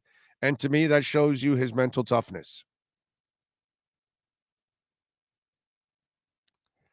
Can you share what area of medicine your daughter is interested in? Cancer research. That's what she's interested in, research. She's already worked with a couple of doctors doing research. So she hasn't like completely said that's for sure, but that's kind of where she's leaning in for the next year when she does go full board. It's probably cancer research. That's what she likes. So let's see. Julio Rene Garcia says the next 3 games are crucial, and we're going to see if the Dolphins and Tua are for real. Troy says Spider-Man was great. You'll have a great time. There you go. Thank you, Troy. Kevin says, "What up, Big O? Great win yesterday. 7-7 now, and 8-7 on the way. 1 week from today on Monday night, prime time. Let's go." Dolphin Don says, "Me too, Big O. My mind doesn't let me believe in superheroes anymore in my 50s." Well, it's not so much about the believing part. It's just, how many different Spider-Mans are we going to have? How many different Supermans are you going to, how many different stories are you going to tell? And it just kind of gets, the last Superman I saw, I was like, yeah, I wasn't that impressed.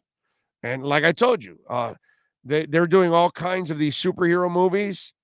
And I'm sorry, dude. Like Aquaman, like that sucked. I was bored with Aquaman. I'm not sure why you would do a number 2. Am I that off? Like some of the Avenger movies I've enjoyed, but that Aquaman movie, it just gets to a point where it's too much. I thought it was a nothing movie, dude. And that's my point. But maybe it's just me. We're going to tell you. GP Trav says, "Good morning, Big O. Under COVID-19 was exposed Friday. Of course, screwed up my weekend." Well, listen, hopefully you're vaccinated so you won't end up in a hospital or on a ventilator, which is the most important thing. Stay what's it called? Under wraps for a couple days, a week, my man, and get healthy, GP Trap, man. Feel better and you'll be back to normal, baby. Cinemax has a discount Tuesday. Good day to watch Spider-Man. We got it on an IMAX. We're going to an IMAX theater to go see it. And that was my doing. She asked me, "What do you want to do?" I said, "Well, if there's an IMAX, go ahead. If I'm going to go, I'm going all out." So I don't go to the movies much. So if I go to see a Star Wars, I want to go see it in IMAX. If I go see a 007, I would love to see it in IMAX if I can. And if I can see those, because I'm only going to go to the movies once or twice a year. I don't really go to the movies much. It might be once every 2 or 3 years sometimes. George Albany says, "Big O, I was happy for Duke. I can see he has vision and toughness when running the rock. Reminded me of a poor man's Frank Gore. Let's sit back and see what happens this week against a real defense." I hope he kicks ass. Tank McBride says, "I'm more of a Batman guy," and that's also kind of lost its, I think it's been too much, too many different Batmans. And I haven't been satisfied with all the Batmans, to be quite honest. Remember Mahomes' pass at the goal line on Thursday into the ground. Bad passes happen. Tua gets no respect. Yeah, but when you win a Super Bowl, you're allowed to do that kind of stuff. I wonder if Tua then wins a Super Bowl, would then the criticism still be that extreme after that? I wonder. So Daniel says, "Big O, this Spider-Man will be the best Spider-Man movie of all of them. It'll add an interesting perspective that'll change the way you see the old Spider-Man movies." Okay. Julio's asking, "Big O, do you think Miami has a shot of beating the Saints after they beat Tampa in Tampa? Love your show." Yeah, they have a shot. There's no doubt they have a shot at beating the Saints. Yes. And if they get, which I hope they get Javon Holland back, that maybe will allow them to be a little bit more aggressive against their quarterback. Because I still don't believe their quarterback's that good. So I think you can force that guy into mistakes. I truly believe that. So we'll see. But they got a shot. They got a shot at winning all the games that are left, even the Patriots. The Patriots offense isn't anything scary. It's all about Miami's offense holding up against the Patriot defense. That's really what it's all about. Okay? 855-912-1056. That's 855-912-1056 if you want to get in on the program. Remember, if you're listening on the podcast, if you're watching on YouTube, to smash that like button and subscribe, hit the notification bell. But hitting that like button is incredibly important, man. We only got 137 likes. Let's go. It's 450 people watching, man. Let's go. Let's pick it up, please. It's a huge thing that you'll do. It doesn't take much effort to just hit that little thumbs up right there for us and get it going. Anthony Campos says, crazy. I'm watching vintage Dolphin games even after Marino. We were always on primetime games at night. Yeah. Miami used to be on primetime all the time.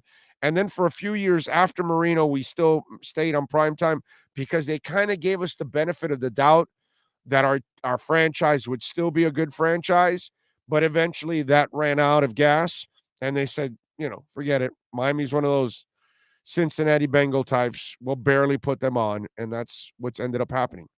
So you don't get nearly as much. But back in the day, man, it was prime time all the time for the Miami Dolphins. We were used to being a prime time team. I mean, hey, listen, we were spoiled because we were used to being one of the elite teams of the NFL, one of the top dogs. Unfortunately, that's completely died out. DJ Gallagher, thank you, sir, for a little love on the super chat. He says, "Eres un bárbaro. Double play with Venmo." Oh, you dropped a Venmo too, DJ Gallagher. Thank you, sir. Let's see here. Check the Venmo. There it is. There it is. Thank you, thank you, thank you. Appreciate it. Thank you for a little love on Venmo. Remember Venmo or Cash App? Cash Big O Show. That's Cash Big O Show. Alexander Lopez says, it's never easy to work with excellence back-to-back, pregame, postgame, and early morning. Merry Christmas. Thank you, DJ Gallagher. I appreciate you, man. Very nice of you. Very thoughtful. And also on Cash App, Ray Grullon. Thank you, sir. He says, for the best radio host ever. That's a little too kind, but we'll take it, and I appreciate it immensely. That is very, very nice. If Miami beats New Orleans, Chris Sims' head might explode trying to explain away Taysom Hill losing to Tua. I never thought about that. That's funny. That's funny. Laura Browning says, Big O, you the man. I think Tua did more than Wilson. Yep. And Tua will be better than Wilson, too. Drago says, yes, Big O. 1 year the Dolphins was on primetime 6 times. Yeah. No, I mean, I lived it, man. It was something normal for us.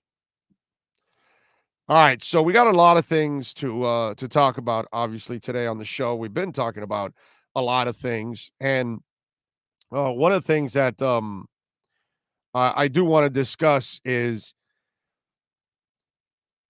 the Dolphins are one of the things that's kind of fun about watching this turnaround. Let me have a little lemon and honey. Thank you all out there, for turning me on to a little lemon and honey. You guys have added so much to the program every day. It's not just viewing. It's not just smashing the like button, visiting our sponsors, making a donation, but it's the stuff that's behind me. It's supporting and listening. It's Cash App or Venmo. That was your idea.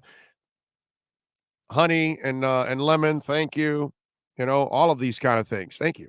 Thank you. I can't say enough that you guys are always in my corner. I love you all for that so much. So, one of the things that's kind of fun about watching this turnaround from 1-7 to 7-7 is watching the adversity and watching certain players overcome that adversity. And what I mean by that is Isaiah Ford. Yesterday, 3 catches, 51 yards, had the big 27-yarder that Tua dropped right into his breadbasket. It was beautiful, all right? And he always stays ready, and he's ready to play. Watching the defense, they didn't start well this season, and then they figured things out. Jalen Phillips didn't start well because he was kind of overloaded. They simplified it. He took off. Yesterday, Jerome Baker, 7 tackles, 2 sacks, looking a lot like the guy from last year. Nick Needham stepped in yesterday to play free safety, did a good job overall. You start looking. Duke Johnson was a great story, but that he just got here. But what I'm kind of talking about, Tua didn't start well, and then now has played a lot. I know he didn't play well yesterday, but overall in this 6-game streak, he has played really, really well throughout this 6-game streak. You don't have a 6-game winning streak without Tua Tagovailoa. And to me, that's the fun part about watching all of this. And let me tell you, sometimes I watched Austin Jackson take a guy completely out of the picture yesterday, and I was like freaking out, going, "Dude, was that Austin Jackson?" I had to rewind it again on my iPad. It's like, really, was that him? And so even the offensive line has improved a little bit. There's some improvements there, but watching Jalen Waddle at the beginning in training camp, preseason, all of that, he was coming off the foot surgery. He was kind of limping around a little bit.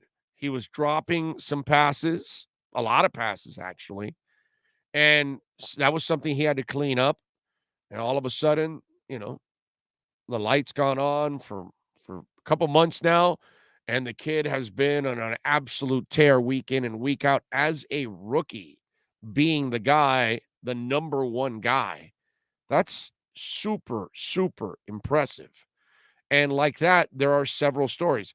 Zach Seiler is a guy we don't talk enough about. But that's one of the fun parts about this turnaround is individually watching Andrew Van Ginkel fly around all over the place. It's a lot of fun, man. That's a guy that also wasn't as big a part in the first part of the season, and now we're watching him obviously do a lot more.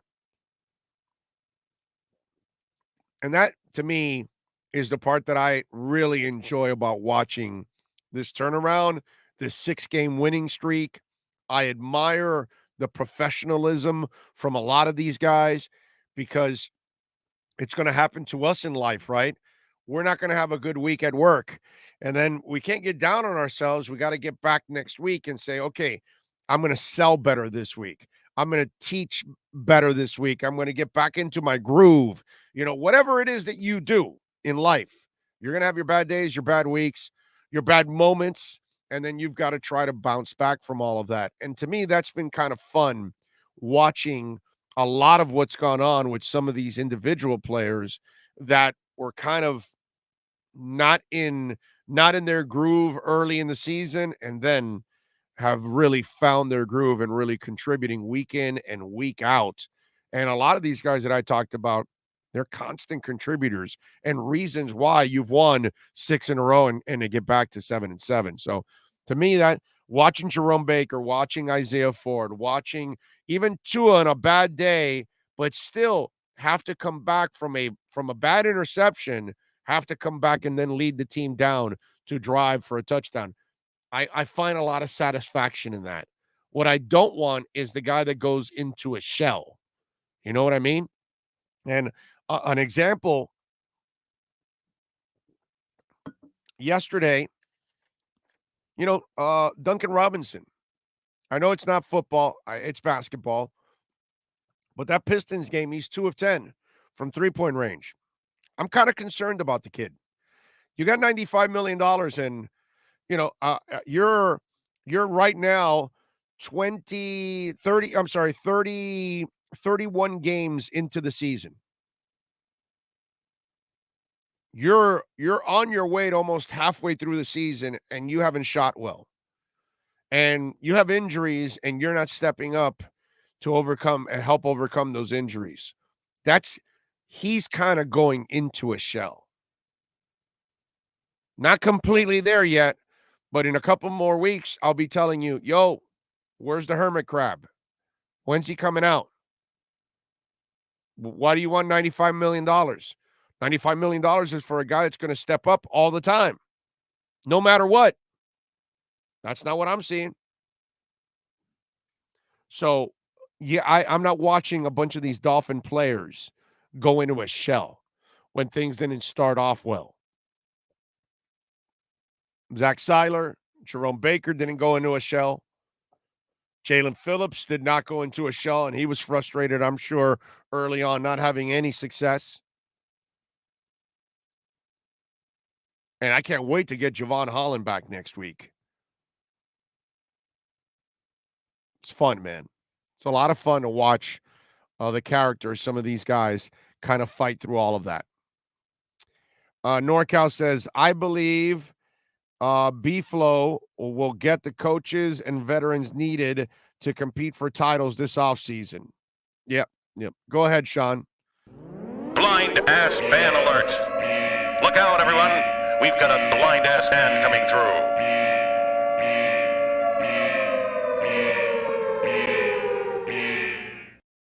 You got it there. Way to go, NorCal. I love Tua. I believe he needs the backup support like he had with Fitz, a QB that sees the field that can help him on the bench when the D is on the field. Yeah, I think a veteran quarterback would help out. I agree with that. All right, maybe they'll get that down the line. Hopefully they will. Hopefully, if they're smart, they'll get that down the line. But Jacoby Brissett should not be that guy. Okay. Brady threw a costly pick yesterday, too. Yeah, but when you got 6 titles, bro, it's not, let's see after Tua has success, do they still treat him that way? Mitch Dolphin says, Ryan Tannetrash sucked again yesterday in losing to Pitt. Tennessee's offense shut out in the second half. Tannehill was 22 of 32, 153 yards, 0 touchdowns, 1 interception, 68 quarterback rating, folded like a cheap bench chair or beach chair. Yes. Well, Mitch, listen. That's easy chum in the water to get me going, of course. Because obviously I've never been a Ryan Tannehill believer. You know what I'm saying? Never, ever, ever have I been a Ryan Tannehill believer because I've seen through the BS. Some of you never saw through the BS, but I have always watched through the BS. And think about this. Ryan Tannehill's 9-5 to a 7-7. There's only a 2-game difference, and he had Derrick Henry. I'm just saying. You give him Derrick Henry, and he has 10 wins, at least. Just saying. Tannehill, you want him to step up? He's never going to be that guy. He's a game manager. Okay? And there's a lot of people out there that owe me an apology. A lot of people out there, even in the media, that they bought into Tannehill, right? People on the radio bought into Tannehill. And I know writers that they wanted to use the whole Tannehill thing like, oh, no, see, we're the problem. No, the Dolphins have been a problem, yeah. But it had nothing to do with Tannehill. Tannehill is what he is. Okay? Plenty of examples of Tannehill here. So Derrick Henry goes down, and they need a real quarterback. That's not a real quarterback. I'll see if my man Teron Davenport changes his tune the next time I bring him on when we talk about Tannehill. And when I tell him, okay, so now you understand that he's not a real quarterback? Now you see it? You think Tannehill is going to win 7 games with this team? Get the hell out of here. He'll get sacked like 80 times. He'll get flustered and throw a bunch of interceptions eventually. Oh, I love it, man. I love it. And so many of you fell for hook, line, and sinker. I've had a couple of trolls. They used to like send me stuff about Tannehill all the time because they, they read the stats, but they like really don't look at the player. Again, look at the game. They don't really look at the game. That's the problem. If you don't look at the game, then you're probably not going to notice it. But if you look at the game, you'll see what he is. Big O, like you said, these 3 games are winnable, and I don't see New Orleans or Tennessee scoring more than 14 points each. New England will be a low-scoring game like week 1, but we will win. Kevin, did you just watch the Jets score 24 points? Or if you want 17 with the pick 6. Okay, 17. So you think New Orleans or Tennessee aren't going to score 14 points when the deadbeat Jets can score 17? I'm not sure why. And you were probably part of cocky Dolphin fan yesterday thinking they were going to dominate the Jets and win by 20. I don't think any Dolphin fan should have any kind of cockiness with them. You have nothing to stand on to be cocky like that. All the cocky Dolphin fans yesterday all fell on their faces flat. Every one of you that said, oh, this is an easy game. Oh, they're going to torture them. Anybody that said that in fans or media, you were wrong. It was ridiculous. So don't do this to yourself, Kevin. Now you set up unrealistic expectations for a team that can't carry expectations. And then when they don't meet your unrealistic expectations, you're going to get mad at them. That's why I'm sure there were some Dolphins that were probably mad at the team that it was a game yesterday. Meanwhile, I'm sitting there going, yeah, this is typical Dolphins Jets. So I'm not sure where you're getting that confidence, but it's completely blind. Go ahead, Sean. Give his ass a BAF because Kevin Lee deserves a BAF alert. Blind ass fan alert. Look out, everyone. We've got a blind ass fan coming through.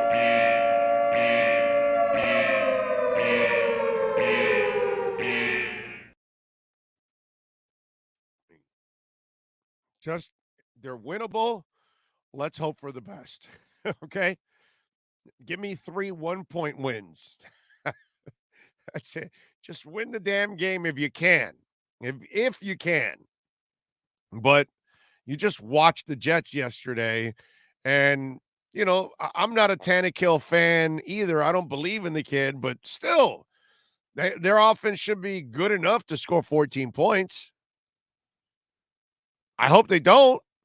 I hope Tannehill and Taysom Hill and Mac Jones throw 86 interceptions against the Dolphins. But this whole thing about, I don't expect them to score 14 points. And here goes the Jets scoring 17 on your ass.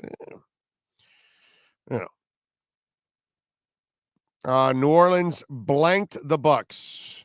We will see what we will see next week. Brett Dodger goes, 1 game at a time, people. And there's Billy Batson. See, next week should be a loss. Jamie says, beautiful. Love me some blind ass fan alert. Caddyshack goes, I'm going to get a blind ass fan eventually. I just feel it. Eric goes, Detroit beat Arizona. Jacksonville beat Buffalo. Saints shut out Tampa, et cetera, et cetera. No game this year is a given by any team. Thank you, Eric, for freaking logic. Yes.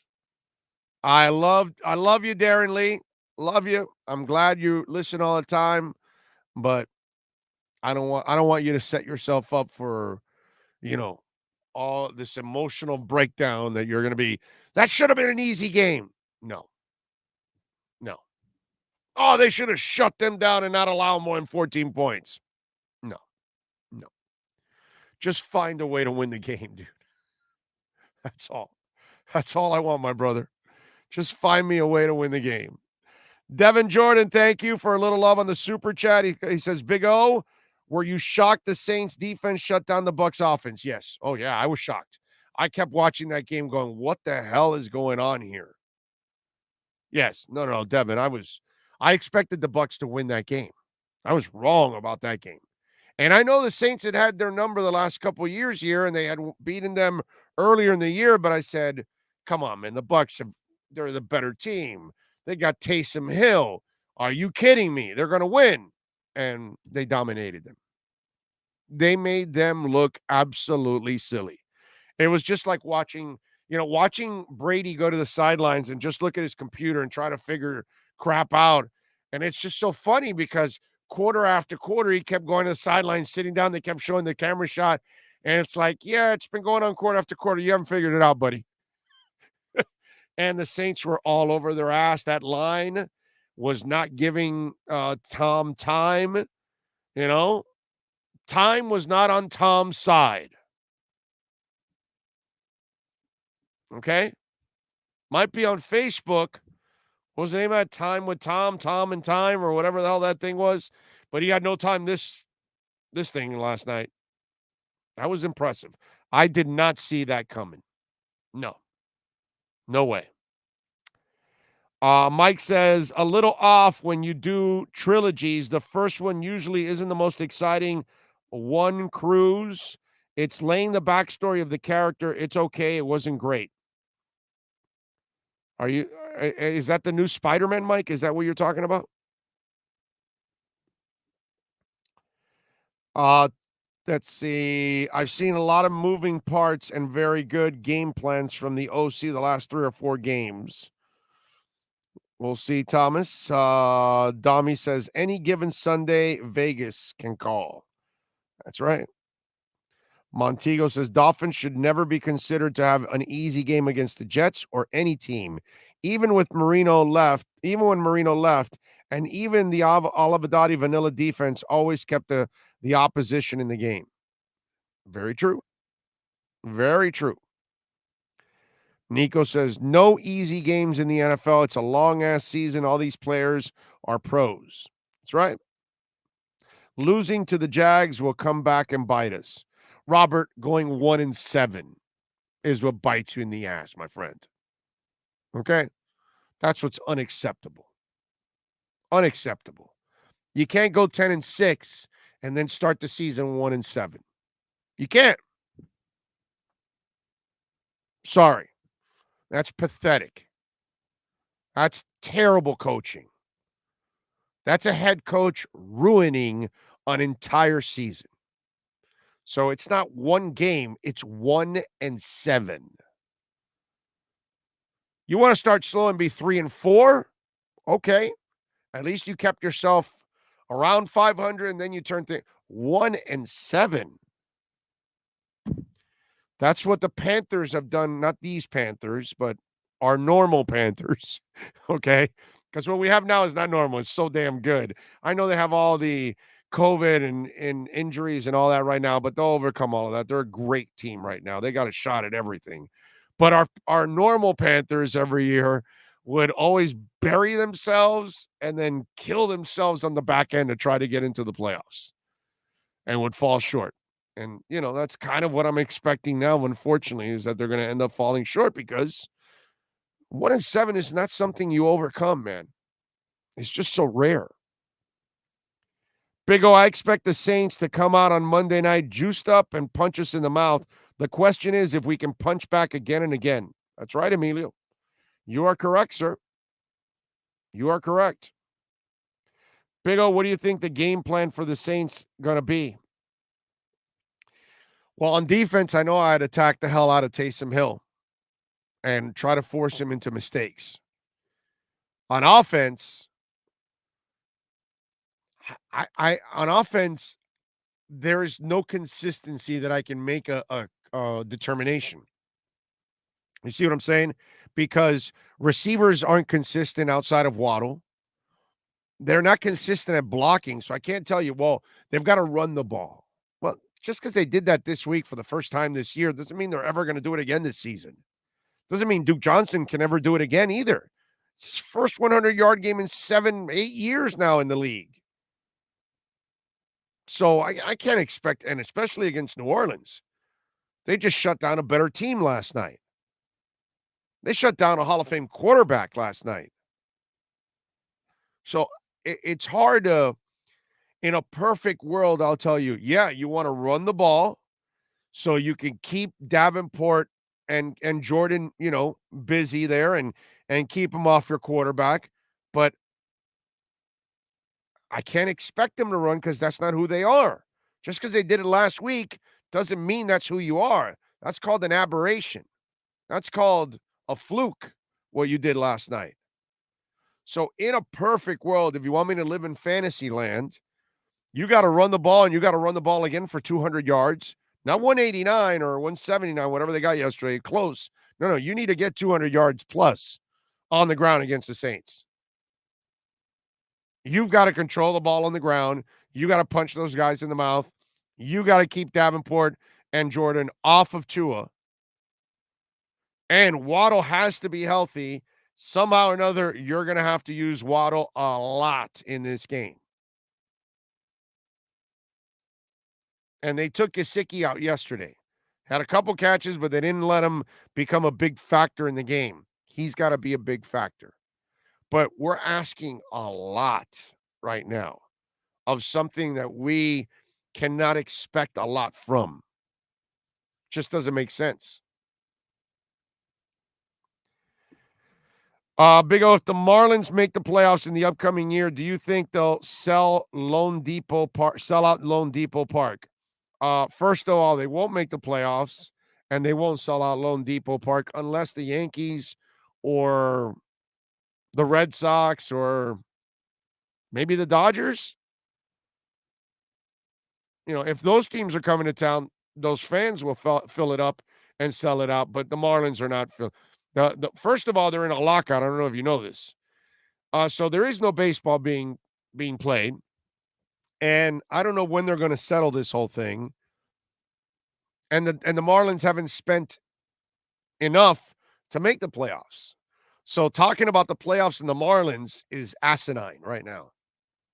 And here's the other thing. If you think the Marlins even have a shot at the playoffs, my brother, you don't know anything about baseball at all. You don't know anything. You know nothing about baseball. They're a bottom cellar dwelling team is what they are. They have a really nice pitching staff, and they don't have enough hitting, not even close. And they have no stars yet on this team on offense. So I don't know how you expect them to make the playoffs when they have nothing right now. So that's I don't even know. I think that's beyond blind ass fan to even think about the Marlins in that level.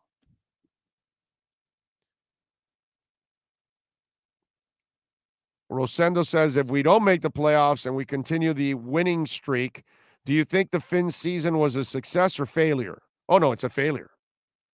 Total failure. Yeah.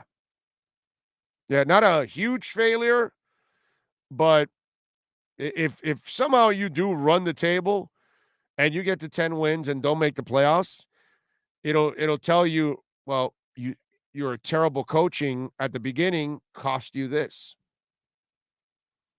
That's all.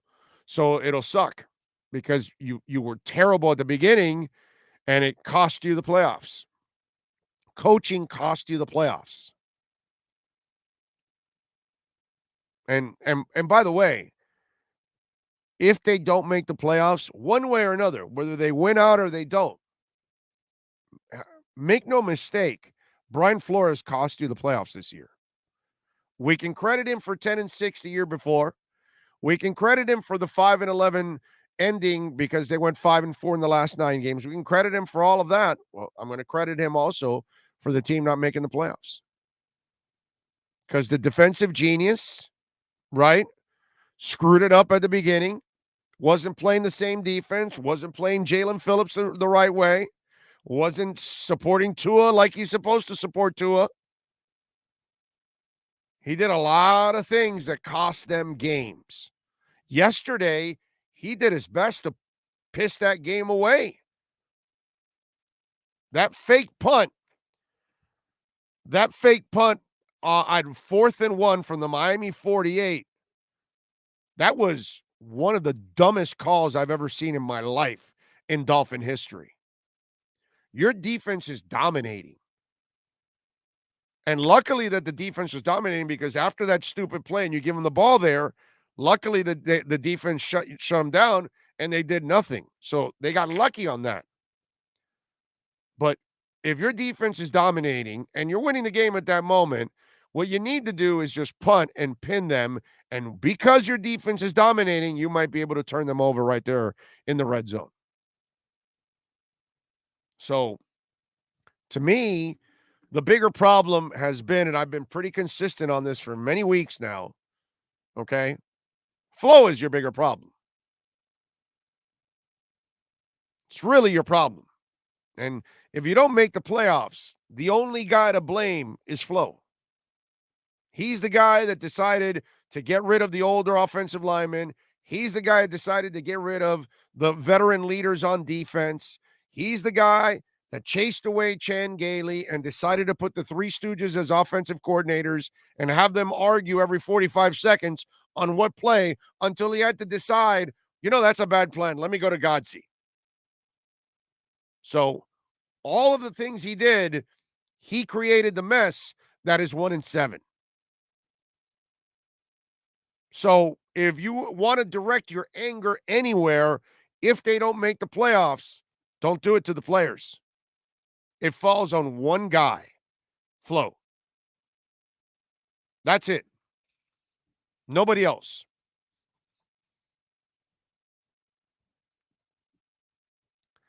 Let's see, what else do we have here?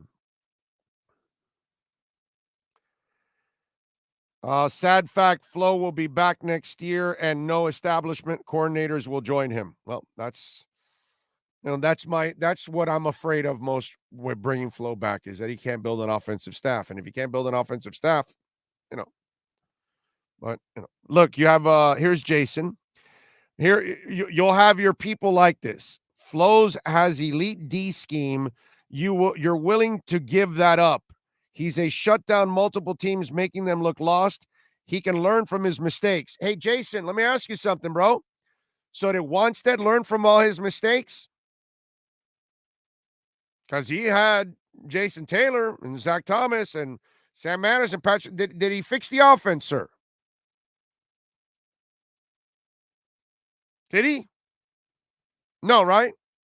Well, Cam Wake was here for many years. Great defensive end. You had some pretty good defenses at times with Jones and other guys. Did they fix the offense then, sir? Every year. Right? So Cam Wake got old on us, never did anything. Poor man, had a great Dolphin career, deserves to be in the Ring of Honor. I love Cam Wake, man. Ultimate pro. And he played on a bunch of shitty Dolphin teams. I watched Zach Thomas and Jason Taylor and Pat Surtain and Sam Madison and Tim Bowens get old because they couldn't figure out the offense. So now we've got Phillips, we've got Holland, got Jones, got Raekwon Davis, right? Got Agba, still pretty young overall, not as young as the other guys, but still hasn't been in the league a ton. You can get 3-4 more good years easily out of Agba. Seiler's a young guy, right? Bunch of young guys. So are we going to watch them get old too, sir? Because we've played this game before. See, I've gotten this answer from a couple of people. This Jason Thomas answer. The Jason Thomas answer, I've gotten it from a couple of people. And then when I remind you that this problem on offense has been going on for 2 decades now, and during that time, we have watched some great defensive players get old on us. We've watched some pretty damn good defenses get ruined because you couldn't fix the offense. So Jason Thomas, like a bunch of you other blind-ass Dolphin fans, right? Because you guys are about the most blindest fans there is in the world.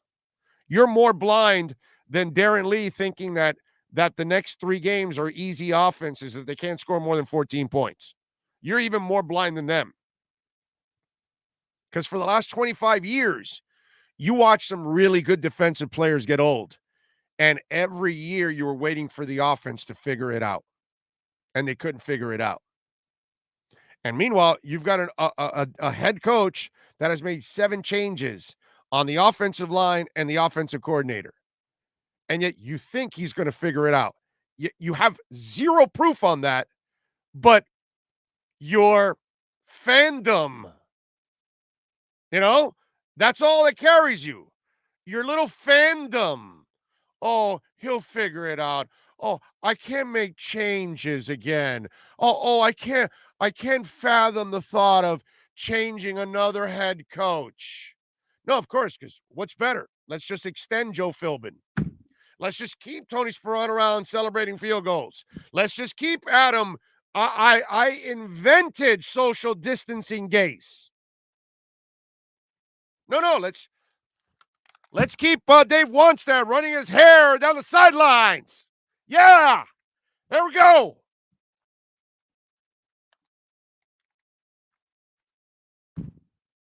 Some of you out there, man, it's like it stares you in the face and you don't see it, man. You don't effing see it. And it happens over and over again. And you let it happen over and over again. It's amazing. You have zero proof that Flo will ever figure it out. Zero. And all you can think about that he's half a coach. Like Dave Wannstedt, half a coach, he knows defense.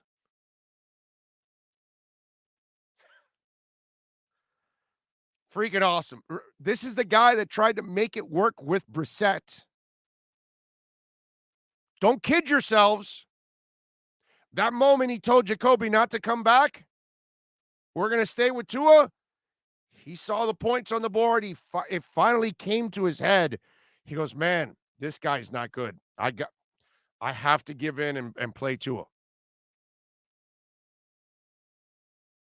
What you all don't, some of you out there don't seem to realize. This guy makes a ton of mistakes. The funniest thing that has happened and developed over the last 2 years is that I've listened to people slam the front office. Now they're all wrong. Okay? And ladies and gentlemen, it's the front office that saves Flo's ass.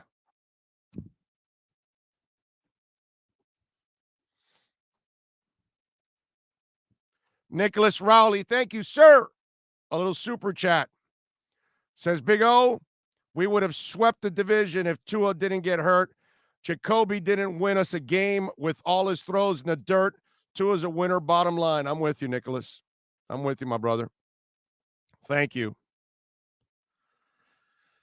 Flores has way better pedigree than Dave ever did. He won Super Bowls. So did Dave Wannstedt.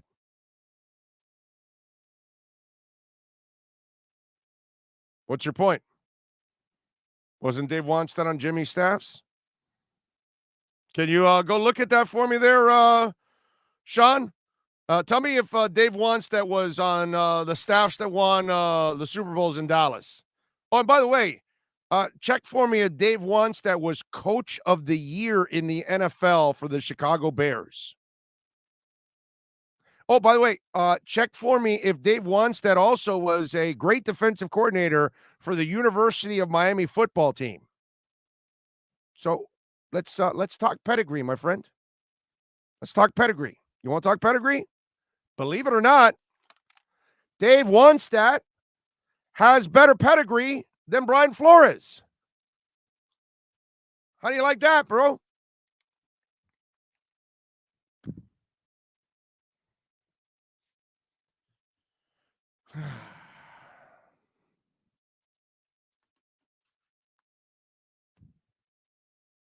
Ron G says, you don't think Flores can get better.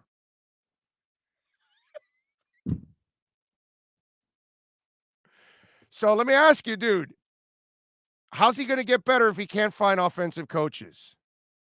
You tell me that. No, he can't. Where's your proof? Like, you people make up shit. Right there. Ron G, you're just making shit up. Oh, can he get better? Oh, my God. Oh, I can't change another coach. Oh, my God, if I change another coach, I can't handle it. Let me keep the same guy around that only knows defense. The guy has made 7 changes in 3 years at OC and O-line. And by the way, he has no QB coach either. Where's your proof? 7 changes in 3 years. Do the math. That means he made 2 changes in one position in 1 year. So he's made 4 on one, 3 on the other. Seriously, like, what more proof do you need to know he can't figure out the offense? Wow.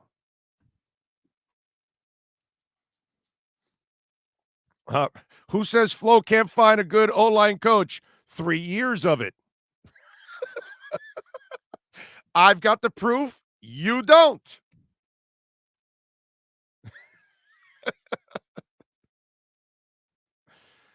Oh, Lordy. I love it. Big O Flores goes to, do you have any suggestions? No, there are no suggestions. He knows it all. They've already done that for him. I'm trying to explain it to all of you out there, man. They gave him Chan Gailey. He chose to go with the Three Stooges. They gave him Fitzpatrick. He wanted Brissett. It's like happening in front of you.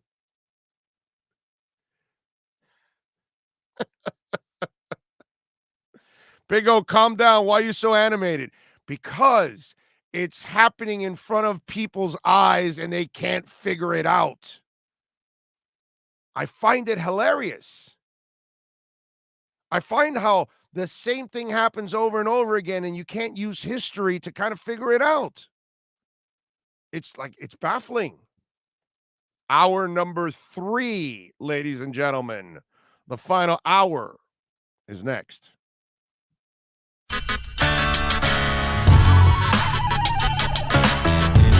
There's no need to drive around South Florida wasting valuable time looking for a new or certified pre-owned Acura. Go to the #1 volume sales dealership in the Southeast United States. Craig Zinn's Acura of Pembroke Pines. Purchase with pace and space in a dealership tailored to your needs. From home buying to providing that personal touch. Contact the 2020 Satisfaction Award winner Craig Zinn's Acura of Pembroke Pines. 888-776-5123. That's 888-776-5123. Or visit them at 15601 Pines Boulevard in Pembroke Pines.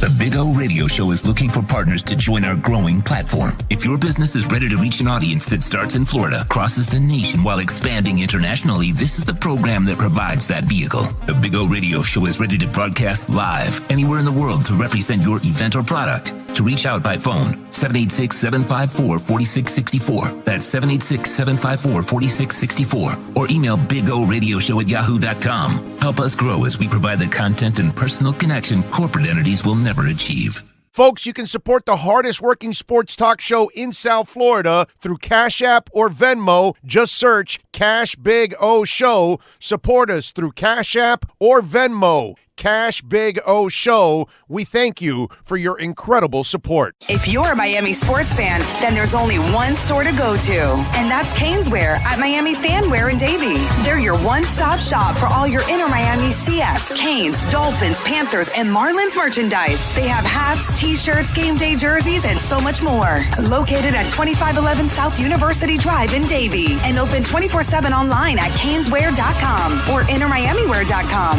Call them at 954-835-5597. Caneswear, the spot where Inner Miami and all Miami sports fans shop. South Florida's premier law enforcement agency is now hiring individuals like you. The Fort Lauderdale Police Department is now accepting applications for non-certified and certified police officer positions. Minimum requirements and qualifications can be found on flpdjobs.com. That's flpdjobs.com. Are you ready? The city of Fort Lauderdale is an equal opportunity employer. Viewpoint statements or beliefs expressed on the following program by the host, guests, or callers are not necessarily the opinions of FantasyXS.com, Media Group Inc. ownership, management, sponsors, or website. When it comes to South Florida sports teams, very few in the media have witnessed, lived, and covered it like the Big O. Let's start the program dedicated to your favorite South Florida teams with a passion that's unmatched. The Big O Radio Show is on. Here's the Big O. All righty. Yes, sir. Welcome back. Plenty of things going on today. By the way, we got 2 football games today. Raiders and Browns at 5 o'clock on the NFL Network, and then at 8:15, it'll be the Vikings and the Bears on ESPN. The Heat lost yesterday to the Pistons 100-90. Duncan Robinson, 8 points. Dude, 2 of 10 shooting from three-point range. Duncan Robinson, is time to put, take the Pampers off. Time to put on, big boy pair of pants on. Time to, your BBs need to drop now, bro. Let's go.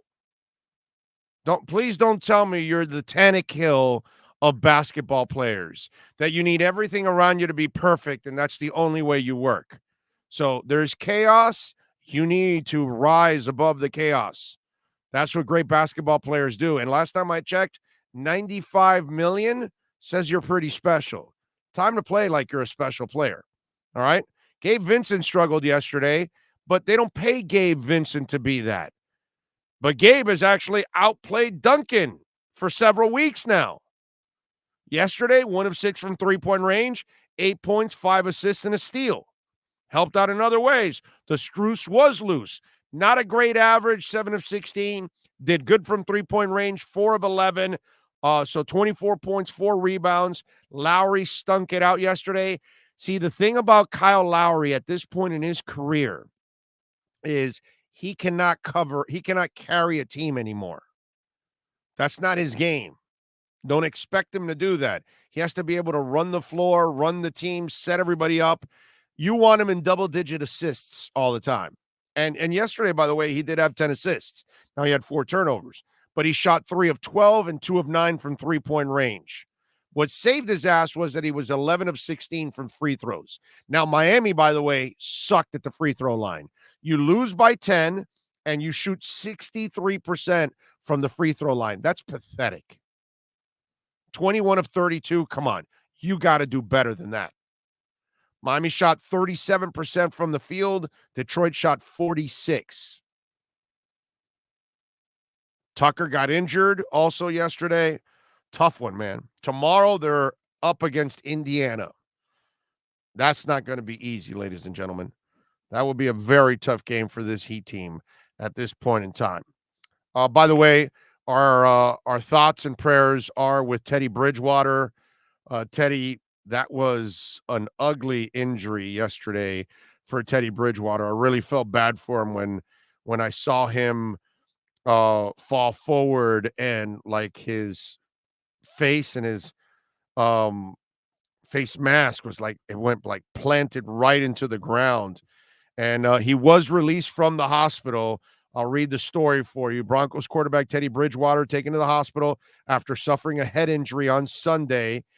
The team said he would remain there overnight. On Monday morning, the Broncos announced that Bridgewater has been released from the hospital. Team says Bridgewater is doing well and confirmed that he is in the league's concussion protocol, which you would imagine it's the second concussion that Bridgewater has suffered this season. He was injured when he dove for a first down on a scramble in the second half of Sunday's game.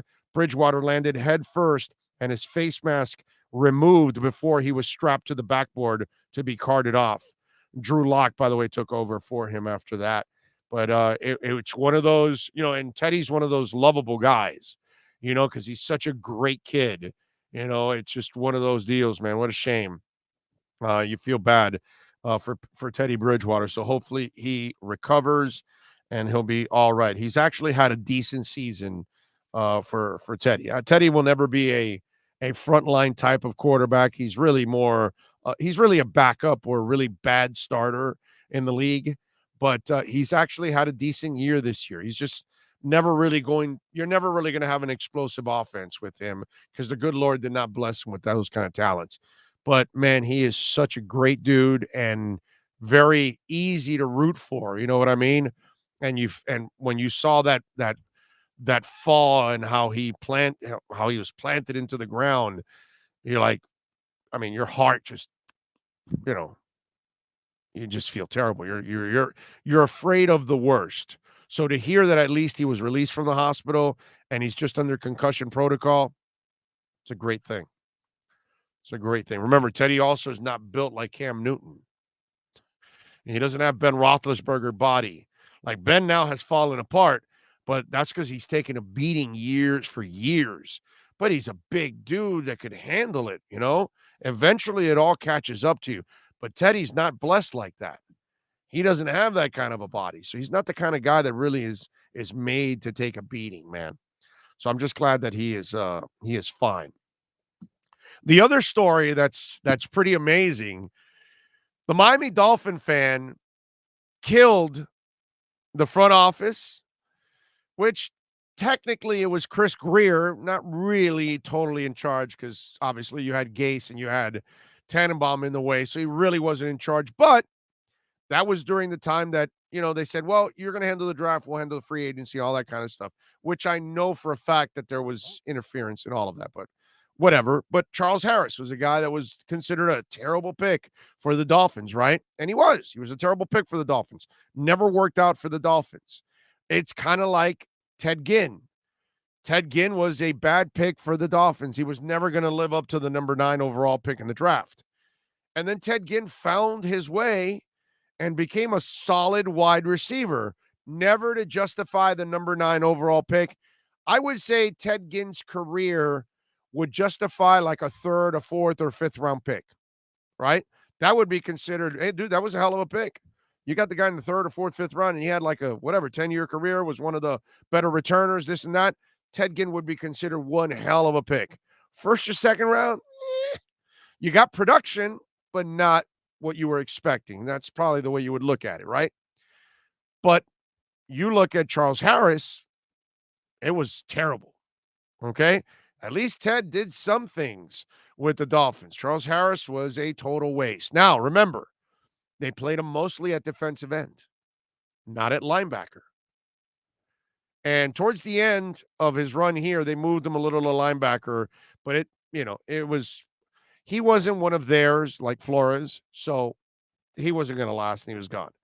So Dan the Man Campbell, who's a terrible coach in his own right, but he picks up Charles Harris because he knows him from the Dolphin days. And look what's happened. Charles Harris last night yesterday afternoon in a Lions defeat of the Cardinals. Okay. They picked up a win. The Cardinals are one of the better teams in the league. They got dominated by the Lions 30-12. Jared Goff, 21 of 26, 216 yards, 3 touchdowns. Running back Craig Reynolds, 26 rushes, 112 yards. And Charles Harris, the linebacker, not defensive end, had 12 tackles and 1.5 sacks. Now, for those of you that don't know, Charles Harris has 7.5 sacks on the season. That's tied for 21st in the league. He has 2 forced fumbles. That's tied for 23rd in the league. So Charles Harris all of a sudden has found his way and has become a decent player. Maybe a late bloomer. I don't know. I mean, one season doesn't make you a late bloomer.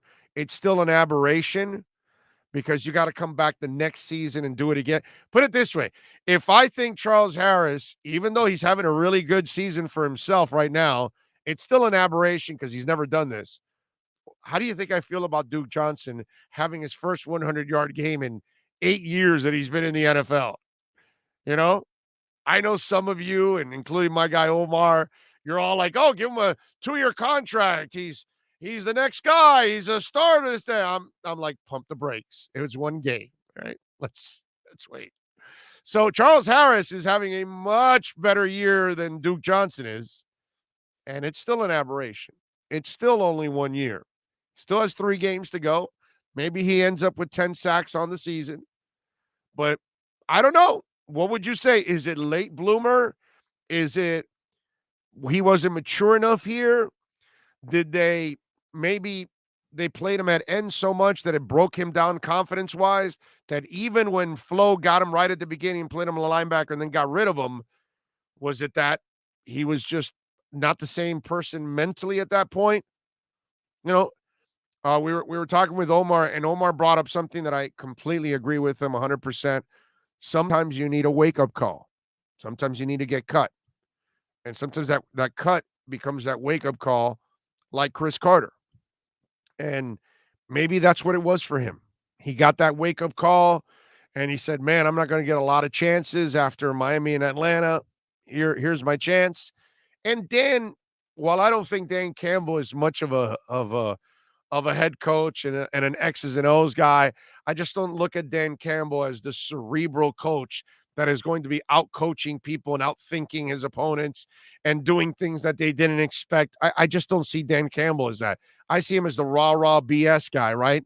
But hey, man, maybe you rah Charles Harris to a point that you found him, you reached him, or sometimes we're too quick at crediting these coaches, and sometimes it's just a human being, the player. You know, it's like an animal that you corner. Once you corner that animal, they have no choice now, and all hell's going to break loose now. Now you know that animal is going to get nasty, right? Well, human beings are the same, right? Those of us that have some heart, some character, some determination. If we still believe in ourselves and you corner us, we're going to respond, right? I know I am. That's for damn sure. And maybe that's what Charles Harris did. So interesting to watch Charles Harris kind of turn his career around, and maybe he's a bust to us, but maybe he doesn't become a bust overall. Like Ted Ginn will be a bust to us, but he's really not a bust overall in his career because he did find his way. It was just after the Dolphins. Although, by the way, I still will hold Ted Ginn near and dear to my heart because he single-handedly beat the Jets. And if I'm correct, it was Rex Ryan's Jets, right? Big fat mouth, big ass, big mouth Rex Ryan, right? And if I remember correctly, it was Revis Island that he beat for a touchdown. Okay? In that game, he scored a special teams touchdown, and he beat Darrelle Revis for a touchdown that we were all going like, wow, did Ted Ginn just do that? You know, that kind of stuff. So, you know, Ted did give me a couple of really nice memories that I will remember, but he is a bust for us. But he did find his way. Question is now, is Charles Harris headed down the same path? Is he going to end up having a successful career after starting it slow with the Miami Dolphins? Time will answer it all, ladies and gentlemen. Time will answer it all. Third team on a bad team, come on. So you don't give him any credit. That's what you're saying. So it doesn't matter what he does. Okay. All right. And by the way, do you think that Ted Ginn and Chris Carter and possibly Charles Harris are the only players in the history of the NFL that started off poorly, went somewhere else, and then found their way. So why isn't it possible for Charles Harris? If Ted Ginn did it, why can't Charles Harris do it? For you, Clarence Collins, why? And it's not one game. He has 7.5 sacks on the season. Not one game. 7.5 sacks. He has 3 more games. He has a chance to get to 9 or 10 sacks. It's a really good year for anybody. Anybody that can get 9 or 10 sacks in the NFL. That's a damn good year, dude. He's in the top 25 in the NFL in sacks. What is it, 20? He is 21. So there's only 20 guys better than him with sack numbers. I don't know, man. I don't know, Clarence. I don't think that's a fair assessment of the guy. You got to give him some love for all of that. Dan Muller, thank you, sir. A little love on the super chat. He says, when we play the Saints on Monday, should we use the same game plan that we did against the Ravens in the box and make Taysom Hill beat us? Oh, hell yeah. Hell yeah. And remember, they'll have Javon Holland back, which this week without Javon Holland, boy, they didn't blitz nearly as much. That tells me that they have a lot of confidence in him. Impressive.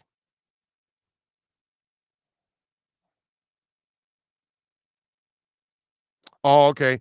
Nelson Alfonso. Okay, you put in the comments. All right, there we go. Oh, there it is. Thank you, Sean, for reminding me. I found it now. Nelson, thank you, sir. He says, I'm glad you liked the hat. I originally came by after the game versus the Panthers. When I saw how hurt you were by Bill's passing, I wanted to thank you for everything you do for us with your show. Oh, thank you, Nelson. I appreciate you, man. Very nice. Very nice. When you mentioned the Bill thing, it kind of hit me now, man. Because this morning I get a warning on my phone that 7 days from now is his birthday, the 27th. So today on the 20th comes out, because I usually have warnings for birthdays for, people that I know. And that way I always have the warning for the week ahead, the day before, and all that. So I'm, constantly reminded of everything going on, because sometimes life is crazy. And this morning, the damn thing pops up to remind me that Bill Preston's birthday is in 7 days. And, so yes, thank you very much. I appreciate you. And that was, that hat is just so awesome. Oh, awesome. Thank you. Little Polygon, baby. Little Matic. Can't wait till we get out of this side trading. Matic is going to absolutely explode, man. Can't wait for it. Going to be a lot of fun to watch Matic explode. Where's it at right now?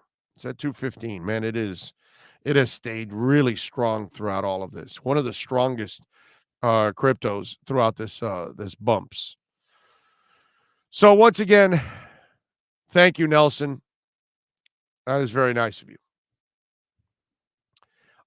Andrew Pereira says, good morning, Big O, and aloha. I'd like to hear your thoughts on where the Miami Dolphins would be right now if we had a B- offensive line and Tua never cracked his ribs. Oh, 10+ wins. 10+ wins. Yeah, for sure. If Miami actually has an O-line and a running game, yeah, 10 wins already. Guaranteed. Because he doesn't crack his ribs if you have a real line. If you have a real offensive line coach, he doesn't crack his ribs. So, yeah. No, there would be at 10 wins if they had a running game and a line. Give him what Mac Jones has, and he has 10 wins. Give him what Justin Herbert has, and he has 10 wins instead of 7. That's all. Oh, well, let me rephrase that. If he has what Justin Herbert has, he might have 11 wins. How do you like them apples? Because he has a running game, a line, and Keenan Allen and Jackson? Are you kidding me? I love Waddle, but Keenan Allen is a all-pro, not a Pro Bowler, an all-pro. And Jackson is a big, giant target from Clemson. Yeah, definitely. All these other quarterbacks only have 2 wins more than Tua, 1 or 2 wins more than Tua. And Tua doesn't have the coaching and doesn't have the talent around him. I don't care what anybody tells me, dude. Yeah, I'm a Tua I'm a Tua blind ass fan. I'm whatever you want to call me, dude. Okay? Yeah, I'm all in. I'm all in. Kid can play, kid can ball. He just has very little to no help whatsoever to help him succeed. So that's the bigger problem right now, Andrew.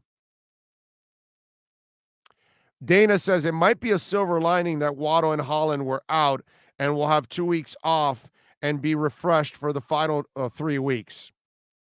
You know what, Dana?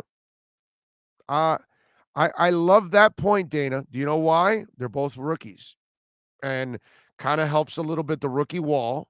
Plus, Dana, let me piggyback on your fantastic point. The 2 people that we're talking about have carried a heavy load for the team this year as rookies. So you saw yesterday, they didn't even blitz nearly as much without Javon Holland. That's how much they trust that young free safety back there. It's impressive. And then Jalen Waddle, my Lord, he's on pace to catch 800 balls this year. He moves the chains constantly, takes hits, money. Love it, man. So I'm with you there. I am 1,000% with you there. That in a way, you're right. You're able to overcome. You win against the Jets. And then in the process, 2 rookies who obviously are playing a really long season here get extra rest with the bye week and then off this week. Yeah, I like it. It's 3 weeks off, right? Because it's the week of the bye, then the week of the Jets, and now you have a whole week until a Monday to take on the Saints. So it's actually 3 weeks off, technically, for those guys where they're not doing a ton of hitting or anything. That's a great point, Dana. I like that. That's a little high octane in the gas tank late in the season by picking up those 3 weeks. Very good point. Very good point. Like it. Orlando Alaosi says, I love Tua, came back from the bad pick 6. We all know who would have fallen apart after that. Tua's the real deal. You are right, Orlando. David Pridham says, which new legitimately available head coach could bring in fully qualified assistants? Not like we can bring in Andy Reid and have the best assistants knocking on the door. Well, David, I've already had this conversation. I've said it a couple times. I've given this example, Jack Del Rio, who we have Reggie McKenzie in our front office. Chris Greer hired Reggie McKenzie and Marvin Allen. Reggie and Del Rio were in Oakland, and they fired him for Gruden, which they didn't really need to fire him. If you look at what they were doing, they were all headed in the right direction. Okay? But the owner's in love with Gruden and all that, and look how that turned out. So whatever. I can see a guy like that coming in because twofold. Jack Del Rio's not going to come in with this attitude like Flo did and Gase that I've got to have control in personnel. Jack Del Rio will come in and at least he'll have an opinion, but he won't demand the power in the personnel department. Plus, he trusts Reggie McKenzie because Reggie did good by him, getting him Carr and Khalil Mack and all the other things that Oakland was more than headed in the right direction with those guys. Okay? They were fine. They had an off year and they panicked. That's what happened. So a guy like Del Rio, not saying you hire Del Rio, but somebody like that, an older coach that has a Rolodex that is deep, and you can get all kinds of coaches. And he had to do it in several stops that he was at. And he was a coordinator and he was a head coach. He was a head coach in different spots. He was coordinator and position coaches in different teams. So that's where he has a large Rolodex of coaches. Now, he's been out of coaching for 4 years now, 3 years now. So that's the only thing. But get an older coach like that can go out and build a staff. That's what I would do. Unless you can get a young coach like Flo, but is willing to work with older coaches. Something about Flo, he doesn't want anybody older around. No, he wants all young coaches, all guys that don't have experience, don't have a lot of NFL experience. Most of his guys are very little to no NFL experience, a little college or even some high school.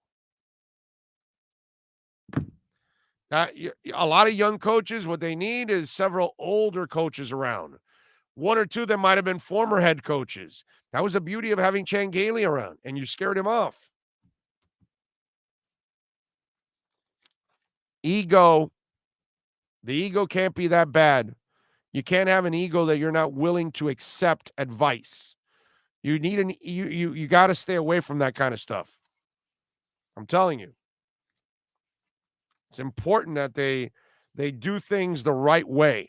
And right now, I can't say that's the right way, ladies and gentlemen. Not with what I'm seeing on the coaching side. Those results, they don't cut it, man.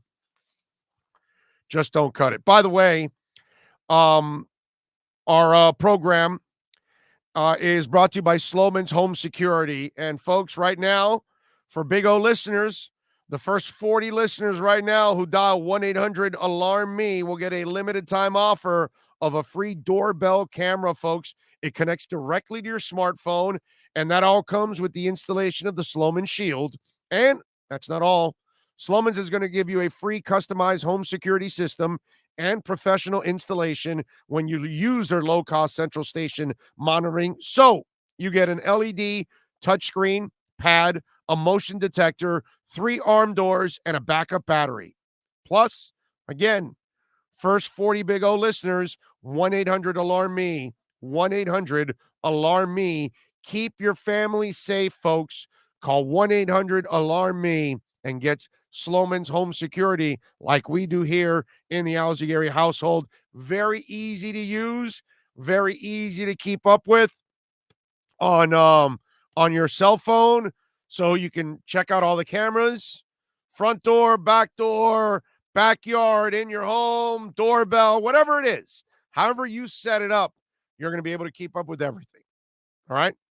So telling you, 1-800-ALARM-ME or visit at slomans.com. We do have a link on our Twitter page. You can go to that and check it out. All right? Sloman's Home Security. All right, give me 2 minutes. Let me drink something. Back with more.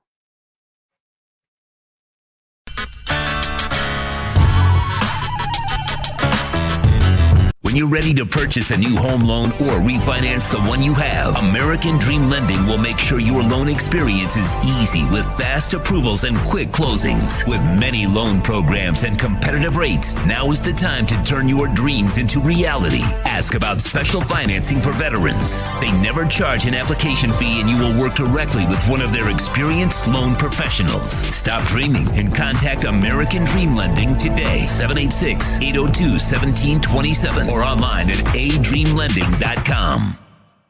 When protecting your family is your priority, there's nothing more important than a roof above the people you love. Call Tommy B. Butts Jr. Enterprises.com, 954-735-9826 or 954-394-1411 and ask to speak to Tommy, the owner. They specialize in all kinds of roofs, led by their highly crafted, skilled, and professional roof mechanics. All of their previous customers have an opportunity to enter their bi-weekly drawings to receive free an exterior impact metal door. Please call for more details. That's Tommy B. Butts Jr. Enterprises.com, 954-735-9826 or 954-394-1411. Trust Tommy to fortify and protect what's most important to you, your family. The Big O Radio Show is looking for an experienced salesperson in the radio or TV business. The candidate must have at least 5 years of sales experience in the broadcast business over the last 10 years. Please email your phone number and resume to bigoradioshow@yahoo.com. That's bigoradioshow@yahoo.com. Looking for an aggressive person who can help our platform expand into many avenues in our business. Reach out if you are the person that's able to make a difference.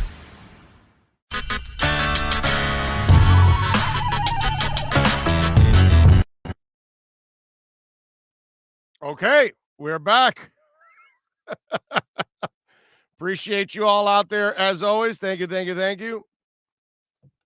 By the way, and thank you for the correction, because I think I said he hasn't been head coaching in football in a couple of years. You are correct that Jack Del Rio, who let me give credit to the person that corrected me on the text line there, but one of you said that he's the defensive coordinator in Washington. My bad. What I meant was he hasn't been head coaching in a few years. So, the Jack would be one of those guys that I would reach for. Certainly knows defense. You know what I love? I always get one of these. Lavon, Florida says Flo winning games and you still knocking the man. So what? Dave Wannstedt won 11 games twice and 10 games once, sir. Big deal. Adam Gase won 10 games, and I was killing him. You know what I mean? So, not sure what you're talking about, bro. See, the problem is that, Lavon, unfortunately, you don't think for yourself. So you just see the winning and you think, okay, yeah, no, everything's fine. It's not. It's not fine. But you can kid yourself that way if you want. You can do that. That's not a problem. If you want to do that and lie to yourself, you can go ahead and do that, man. Dave Wannstedt was a defensive mind too. So that doesn't get you anywhere. I've seen this movie before with Flo. It's all good. It's all understandable. I get it. It's people that are, prisoners of the moment. Del burns out people like Harbaugh, but he has never had the same success. 2-time loser and not a good fit for the Dolphins. Well, that's your opinion. That's your opinion. But he was doing a good job in Oakland. Nothing wrong with Oakland. I mean, Jacksonville was a disaster. It is what it is. But he was doing a really good job overall in Oakland. He did not deserve to get fired in Oakland. And I know he went through a bunch of coaches in Jacksonville, but I always get that Ija 35 OZ says he's still a young coach who's still learning. That line just never makes any sense. None. How do you learn when you fail all the time, 7 times in hiring coaches in 3 years? What makes you think you're going to get it right in the 4th year? And you're coming back kind of in a hot seat. Really, let's be honest. The second it goes awry next year, it all hell breaks loose because of what happened this year. So, but whatever. It's all good. What about Doug Peterson? I like Doug Peterson. Only thing is he kind of lost the locker room in Philadelphia. So that's the only problem I have is what happened with that locker room in Philly with Doug. He's got the mind, no doubt, offensively. Or was it that the assistant coaches he had kept it kind of afloat, and then when he lost the rest of his assistants, he couldn't keep it together? So I don't know, but that might be an option too, right there. I can't say that Doug Peterson's not an option. That might be an option. Not necessarily the perfect option for me, but that might be an option right there. That might be somebody you do lean on. NorCal says, Big O, a fellow listener is a police officer out here in Cali. Wait till you see the wanted poster he made of me. LOL. You're going to crack up. Fins for life. I'm looking forward to it. I'm definitely looking forward to it, NorCal. Let's see. What else do we have here on the show? Remember, you can reach out to us on Twitter at Big O Show. Follow us there as always on Twitter at Big O Show.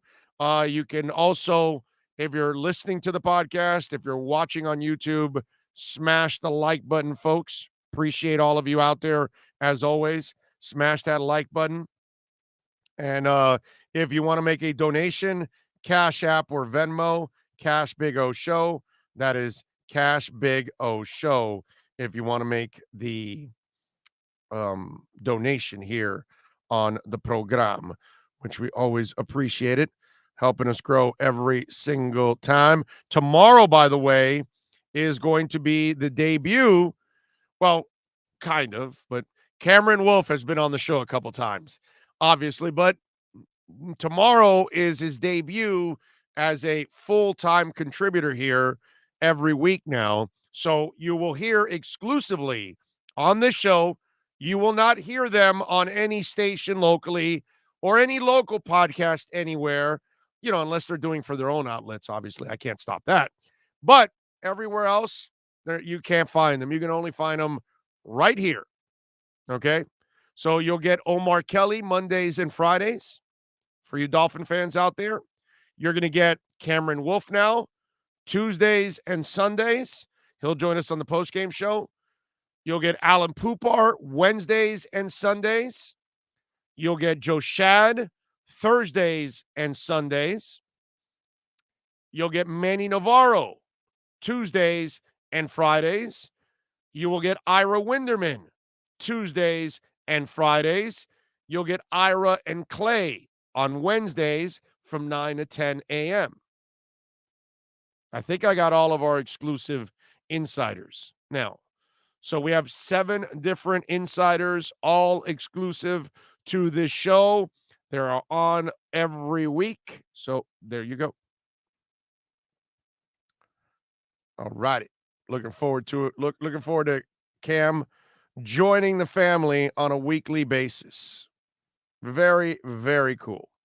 Appreciate all of you out there as always and all the great sponsors that we have. And by the way, if you are a sponsor out there and you're looking to join a show that has a growing platform, please reach out to us. Text line 855-912-1056.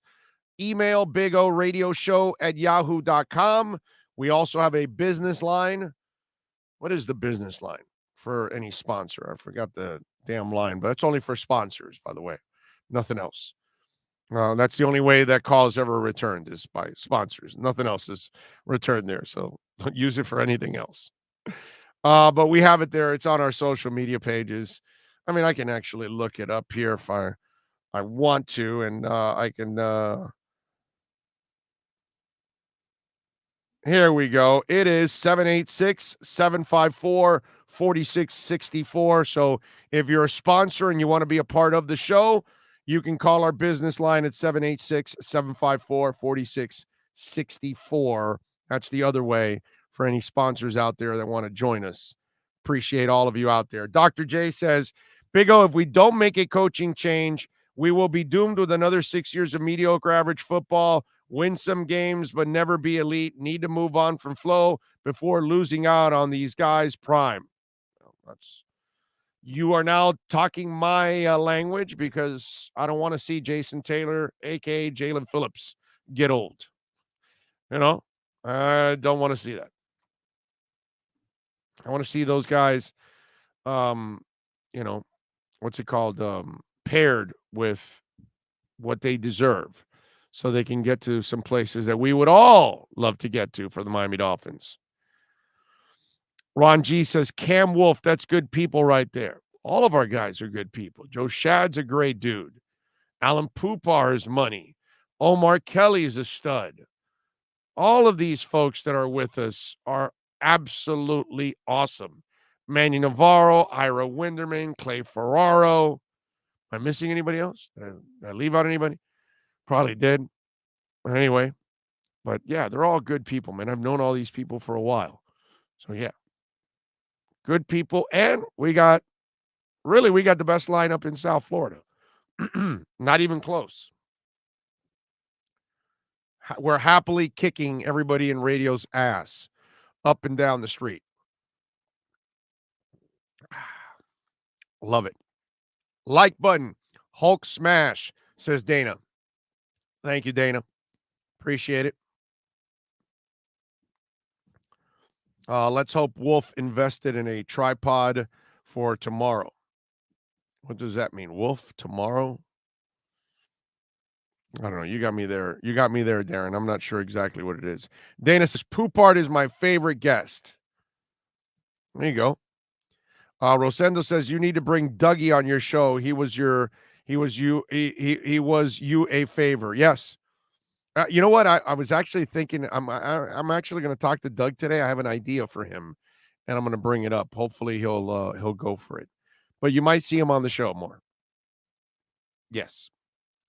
I'm a new viewer. Didn't know you have all of them on your show. Hate that. I just found out about you, but I will be tuning in as much as I can. Well, thank you, Ron. I appreciate it. Well, it's getting out there more and more people are finding out about the show and everything that we do. So, what are you going to do? It's one of those things. But I'm glad you found us. So now, you can be a part of the family. Dougie Fresh says, "Oh, are you having Kyle Krabs back?" Yeah, I'll have him on. I'll have him on a couple times a year. I'm not going to bother. I can bother Kyle every week, but I can't. He has a deal with somebody else.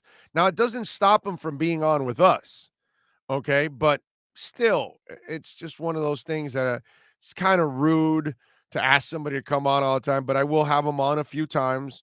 I love him, man. I wanted to have him on locked in exclusively with us, but unfortunately, he wasn't able to do that. So we'll see. Maybe next year he becomes exclusive to us. Lord knows, I got no competition. That's for sure. It's not like QAM is competition. Give me a break. Those cheap bastards couldn't get anything done. Ryan AP says, Big O, thank you. I called Slowman's. Thank you, Ryan. I appreciate you, and thank you for mentioning us at Slowman's. Make sure when you call Slowman's, you call Pallet Rack City. You got a warehouse here in South Florida, folks. You got it out on the west coast of Florida. You got it out in the Gold Coast. Pallet Rack City serves all of those areas in Florida. So if you happen to, need some racks and you got to fix your warehouse and organize it, 305-424-8547 for Pallet Rack City. So whether you're calling Pallet Rack City, calling Caneswear, visiting Caneswear, any of our sponsors, man. All right, make sure you mention. So Ryan, thank you for mentioning it to Slowman's. We really appreciate, and they're a really good company, man. Really good company. So there you go. Hate seeing another stretchered off. Yeah, no, I know it's that we saw a couple of those right this week already, and it's just not a good thing, man. Big O, you're like the Johnny Carson of podcast hosts. Well, thank you, sir. I just wish I had his bank account. That way my wife wouldn't have to ever work again. Can set up my daughter for the rest of her life. I don't care about me. I can be a working stiff, whatever. But I would love to have his bank account to take care of my girls and my doggies too. Set up my doggies. Bishop Sycamore's Finest says, Big O, are you a fan of Jeremy Klump? He's an editor on Dolphins Digest Online. Big Tua hater, and he only joined Dolphins media last year as he admits he's still an Eagles fan. I have no idea. I don't know who Jeremy Klump is, dude. I have no idea. So can't help you there, man. So I've heard of the Klumps, right? Wasn't that a movie? Wasn't it called The Klumps or something like that? It's not Klumps, it's something else, right? Did I get it wrong? I got it wrong, right? It's not Klumps. It's something that sounds like Klumps. Isn't it an Eddie Murphy movie? I don't know. You're gonna have to help me. Big O once was lost, but now he's found. Exactly. That's what happens.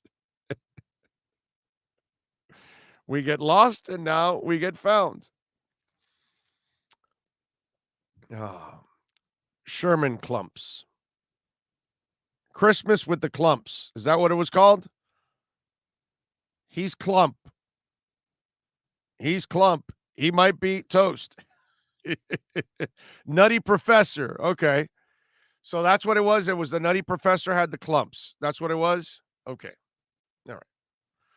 I knew there was some kind of clumps involved or something like that, or something close to clumps. All right, we got to wrap it up here on the show, folks. We have done our 3 hours today. After Christmas with the Cranks. What's that again? Christmas with the Cranks is the other one. Oh, okay, but there is a clumps, right? Yeah, Eddie Murphy. I believe it's the Nutty Professor. The Clumps is his last name. That's it. Okay, there we go. Okay, I knew there was some clumps involved in there. So yeah, I don't know anything about any clumpster. Oh, let's see. What else do we have here? I think we're all good overall. Sean Stanley, as always, a stud, putting it all together. Great work by him. Thank you all out there for downloading, subscribing. Please share the link. Please hit that. Please smash the hell out of that like button if you're listening to the podcast or if you're watching it on YouTube, as you always do. I appreciate all of you. Tomorrow, we're locked and loaded. Ira Winderman, Manny Navarro, and Cameron Wolf will be on, as they always are on now on Tuesdays. We are locked and loaded, baby. Got a full week. We get ready for the New Orleans Saints on Monday night. I hope that we can see a lot of you over at Sports Grill on Bird Road and 114th, right off of the Turnpike. Would love to see you on Monday. Remember, this Thursday, we're out at Hialeah Park, like we are every Thursday at Hialeah Park Casino. So if you have any time, join us on Thursday over at Hialeah Park Casino. On behalf of all the great sponsors, all the amazing listeners, I love you all. Sean Stanley, thank you, sir. We will see you tomorrow. Same time, same place, same bat channel. Have a good one. This is the Big O Show. Sports fans love a place with great food, cold drinks, and TVs everywhere. That's why sports fans love Sports Grill and their 7 amazing locations. Check out the Bird Road location at 11481 Southwest 40th Street in the back corner of the West Bird Shopping Center. Sports Grill is also now offering some great employment opportunities. All kinds of positions are now available, from kitchen to hosting. Call for more information at 305-485-8845. From wraps to salads to amazingly delicious specialty dishes, Sports Grill is the home to the legendary special grilled wings. Since 1987, Sports Grill, good food, good drink, and good friends.